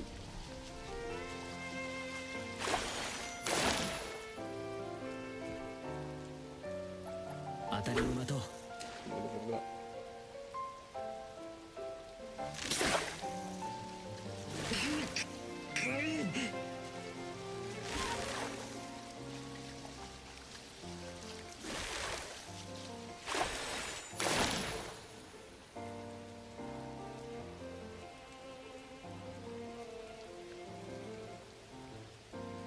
Ah, I see.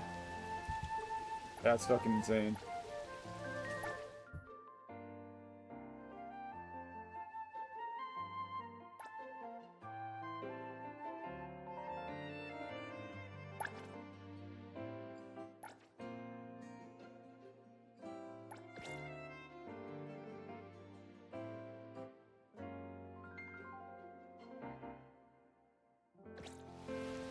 All right, all my city stamina is gone now. You had enemies too, but not enemies like that.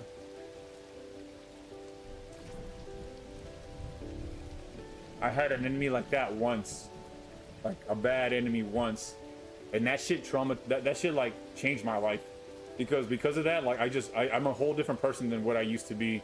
I'm very careful with the people that I hang out with. I'm very, very careful with the places that I hang out at. I'm careful about even careful about the colors that I wear. Like that serious. I will avoid blue, especially around where I live, at any cost. I won't. I'll wear only red, even though I hate red, because of where I live. And I'll never make the mistake of making that kind of enemy again, because it was. I don't know. I really don't know where my life stood. The worst thing that ever happened to me. I was being chased in a car chase in residential city streets with guys behind us chasing us with guns hanging out of the window. They didn't shoot, but I didn't know if they would or not. And to this day, I still don't know if they would have been or not. And that was like and it's only because I was hanging out with the wrong people, wearing the wrong colors, doing the wrong things in the wrong places. And just because I wanted to hang out with some cool people, but I was never that kind of person ever. Getting involved in gang violence when I was nowhere a gangster myself. I was never that kind of person. I don't have the gall for that kind of thing. And then being involved in an armed car chase, I'll never be. I was like, I'm not hanging out with people like this anymore. I'm not dressing in these ways anymore. None of that. That California love.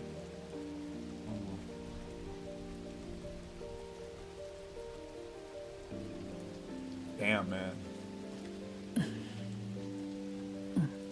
That's crazy. That's insane.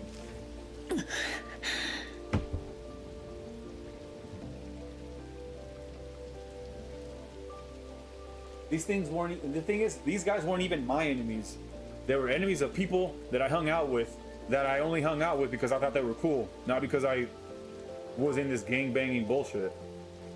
I just wanted to be validated. I wanted to be a part of a group, but this group almost got me killed, or at least fucking car chased in residential streets with guns aiming at us. So, bro, I was fucking crying. I was like crying. I was pathetic.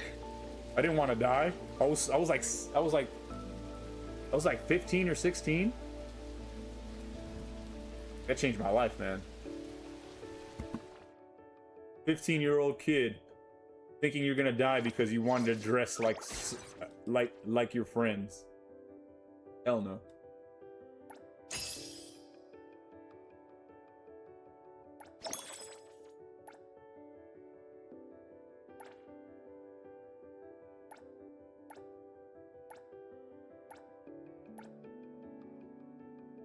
So straps to the garage door and they used to take yank off the rails. That's insane. It's like a fucking movie. There was a movie like that where they like strap some chains to like jail window bars and they just rip the entire wall down to get the villain out. That's some villain shit right there. You had you didn't have enemies, man. You had fucking villains. You had adversaries.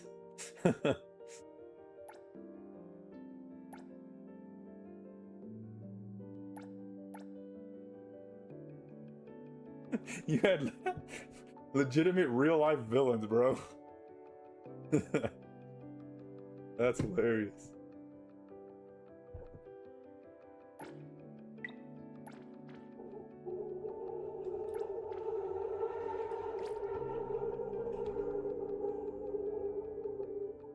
$130,000 in goods, money, and belongings. That's fucked, man. Before leaving, they drug my dog into the living room and shot her.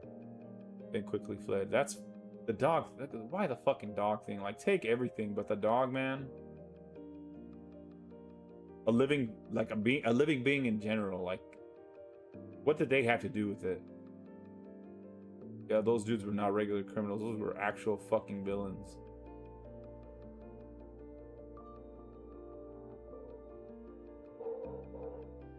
They probably would have killed you if you were in the house, you think? That's fucking scary. This is why I keep a distance from so many people, man. Like I don't it's not like I love isolation, but I'm not very trusting of the world, man. There are so many people out there who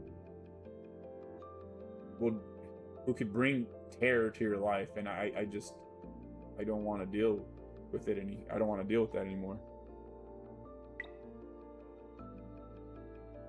I got another level up of cheese. Now she's even stronger.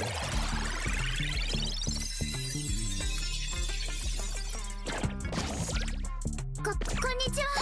肉球銀行行員番号018888チートをお呼びください。ご用件を受けたまわります。I got another cheese. I will never get.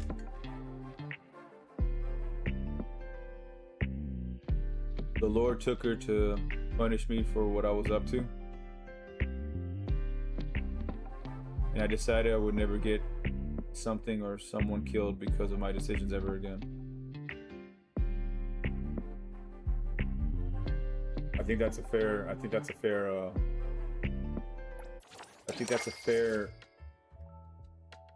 discovery for yourself to have made. A fair judgment. Usually, I think a lot of people would hear something like that and be like, man, I wish that didn't happen to you, or I'm sorry that happened to you.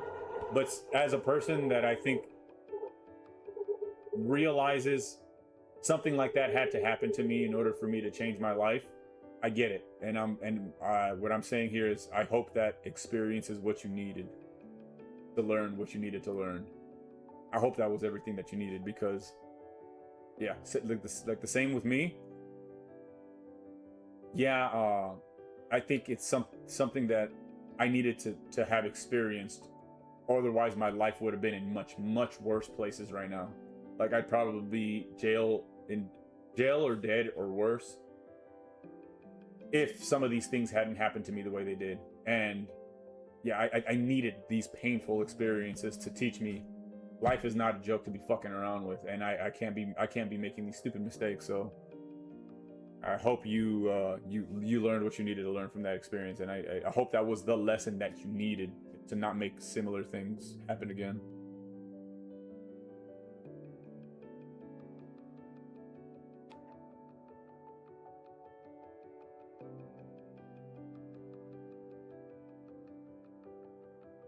That's good. I'm glad to hear that. Same with me. Like I'm there's a lot more I could be doing with my life, but there's a lot worse I could be doing too.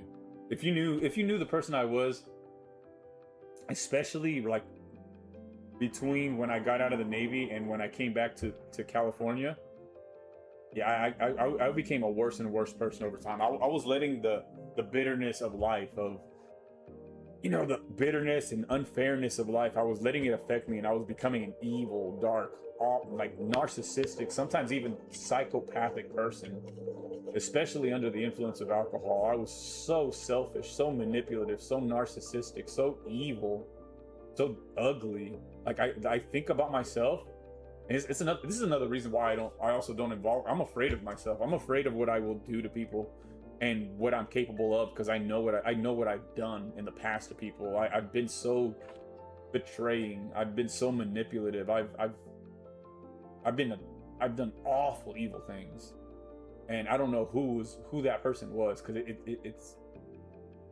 nothing I would ever do now, But the thing is, I can remember who I was as the person who did those things, and I remember enjoying them.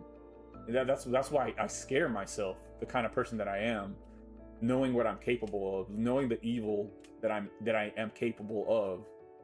And I guess that's what humbles me a lot, is that I can be these things. I can be these awful, terrible things that people say they would never become, murderers and these types of things. Like, I might have, the things that you could have been in the past, like some of the most evil people in the past, I probably could have been one of those people.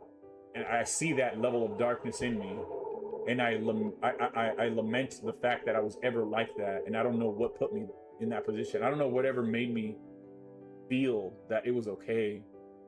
Like, this is where all my anxiety stems, knowing the darkness that lives in my heart. Because every time I think about it, I shock myself how I've ever been able to be that awful. And I always feel irredeemable, and I know that's what the devil wants me to feel, irredeemable. And he's done a really good job of it, man. That's why I've been so far away from God most of my life, because I really don't feel worthy of salvation. And I know that's the devil in my mind. But fuck, man, like it's scary to think about what you're capable of.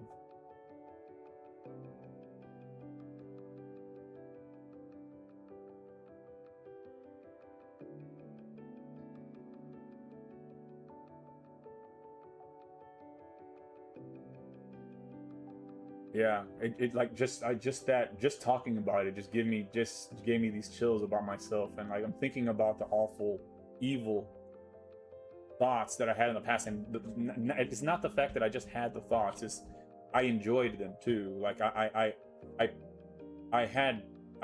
imagined bad things, and I had a good time thinking about them. Like I enjoyed the thought of these evil things.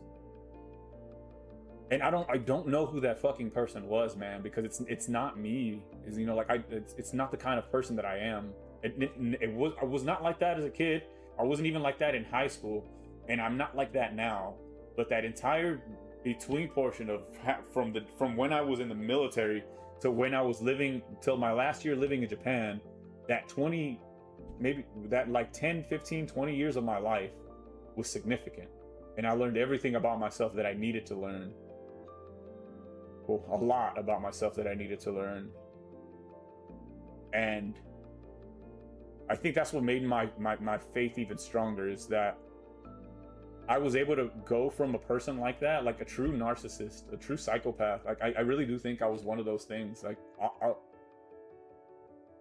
I was not a good. No, I don't think anybody's a good person, but I was really not a good person. Like I really took advantage of people, and to be able to look back at that all now and lament the I grieve for those people, and I dream about like reaching back out to some of those people and apologizing. And with some of them I have reached back out to them, and some of them have just said like, I don't want anything to do with you, fuck you, like don't ever talk to me again. And I don't blame them for it, you know, like I deserved that reaction, and I didn't expect you to forgive me, but I wanted to try anyway because I just feel so awful and I can't stop thinking about it, you know. But to be able to think back at that person and feel that way, I feel it's crazy, because at the time I was more than happy to use anybody if it was to benefit me even in the slightest bit. Like I would have backstabbed anybody. I would have fucked my best friend's girlfriend just for a pussy for one night. I would have, and I would not have felt bad about it. God, just saying it out loud scares the shit out of me. It does, because I held those feelings to be true at one point. Oh.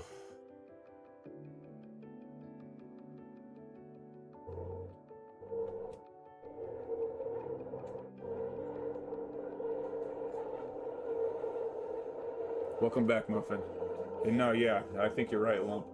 It's like once I had his power in my heart, because it was that's what made me truly believe. Because a lot of people will ask me like, what, you know, why do you believe? He's like, you know, like, where's your proof, your book? You're like, what's this or that? You had a supernatural encounter. Yeah, I guess you can kind of say, yeah, I did have a supernatural encounter, because I was one day, you know, watching some evangelism that people were doing, and I always used to look at that like, how fucking corny. You're so weird.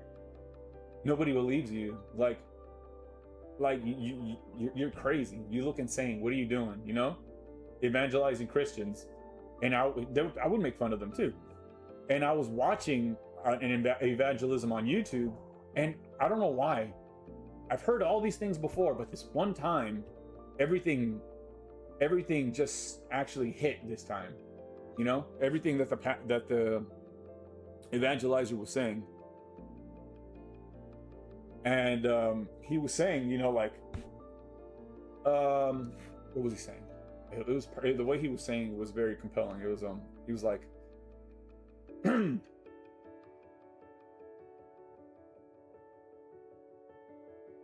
so he was saying, like, have you ever told a lie?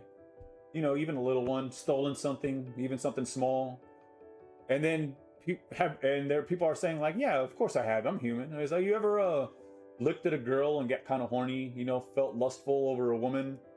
You ever you know, drink for the feeling of getting drunk, smoke for the reason of getting high? You know, stuff like that. Have you ever done those kind of things? Like, yeah, I have, but I'm human. You know, like, why wouldn't I look at a girl and say, yeah, you're right. We're human. That's what we do. You know, like, we get horny. That's what happens. It's normal. And then he started reading off like the commandments, and he's like, oh, did you break that one? Yeah, you did, didn't you? Did you break that one? Oh, you did, didn't you? You've lied, you've lusted, you've stolen, you've cheated, you know, you've done all those things, right? But God knew we were going to do those things, right? But there's a punishment for those things, and you know, like, the punishment is hell. And then like, as he was talking about it, and then talking about how like all that stuff is paid for because of what Jesus did, and the power behind that is like, do you understand those things? You're always going to be guilty of that, and that's why Jesus did those things for you, and blah blah blah. And like, it hit differently this time when I was listening to it, you know. And it started to, like, I don't know, I guess show a mirror to me. Like, I am every one of those awful things to the extremist forms. I am about as lustful as a person can be. I'm about as manipulative as a person can be. I'm about as cheating as a person can be. Thieving, lying, I'm all those things to the worst degree that I can imagine. And just to think that there's such a perfectly loving, and I think that's what I was missing, is that I never felt like I had a perfectly loving and accepting parental figure. And then when I found out that's really what Jesus is, and that's why he did those things, because he loves you so, like, so infinitely, so perfectly, that he really would forgive you for anything. For something as simple as just saying that he's, you know, that you believe him to be your savior, your God, right? I don't know, it's something about hearing it in that way that hit differently, because it's like I felt like that was always the thing that I was lacking. The feeling that no matter what I did, there was always somebody that there was still somebody that, like, no matter what you did wrong, I still love you and I care about you, and you're not lost. You're not too, it's not too late for you. I needed that. I needed to hear that, and that was my supernatural encounter with that, because as I was hearing this pastor evangelize, it was like he was asking me those questions, and as I was answering those questions in my head, it's like, in that moment, I don't even know how to describe it, but it's like this massive weight was lifted from my chest, and it just lifted away from me, and I felt this undescribable peace. But it came with also this years of grief that I had to let out explosively all at one time. Like, I was on my knees, like on the floor,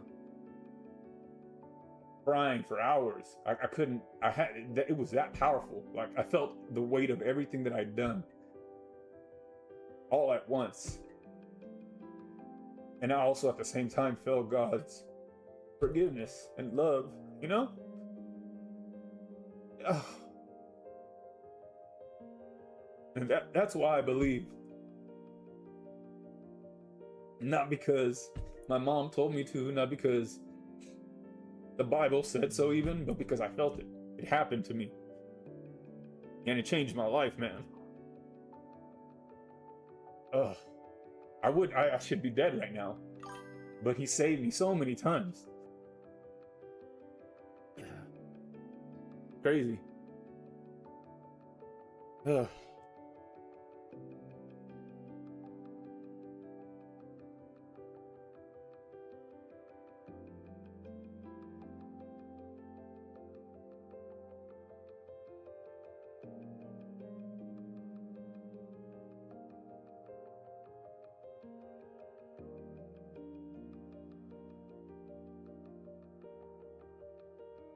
Yeah. I've never done that before, but like, I don't feel bad about it, because I think for the first time I was able to actually say it publicly. I've said it to myself a lot, but that was the first time I just proclaimed it out loudly, honestly. That's why I believe. That's why I know he's real. Because I've experienced him. I've not just read about him. I haven't just heard about him. I felt him. I experienced him. Ugh.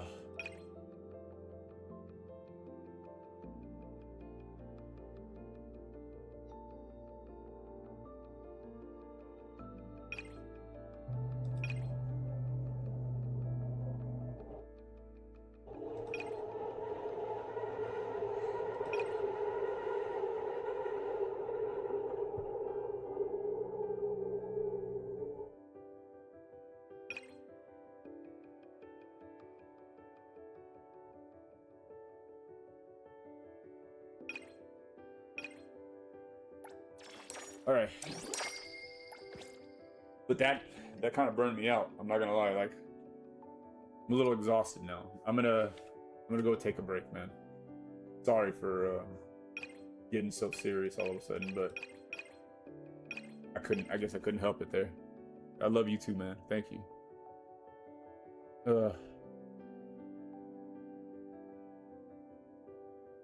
Yeah, and that's what I've been desperate to get out there too, is be able to share that with people, you know. But I don't know how to share that with people, because after all this time, people trying to share that with me, I never felt it until I had to. It's like it didn't. It feels like God happens to you when he finally needs to happen to you. Like, everybody has their time where they finally have their face-to-face with him. And talking about it is great because it does plant the seed. But at the end of the day, everybody has to have their moment where they meet with him. I think that's what happens. Anyways, I'm gonna jump off and get some. Actually, I don't know what I'm gonna do, but I need to take a break. I'll catch you guys later, man. And that was a pleasure. It was a pleasure talking to you guys. It was a good one. I'll be back again soon, but I need to take a break for now. See you guys.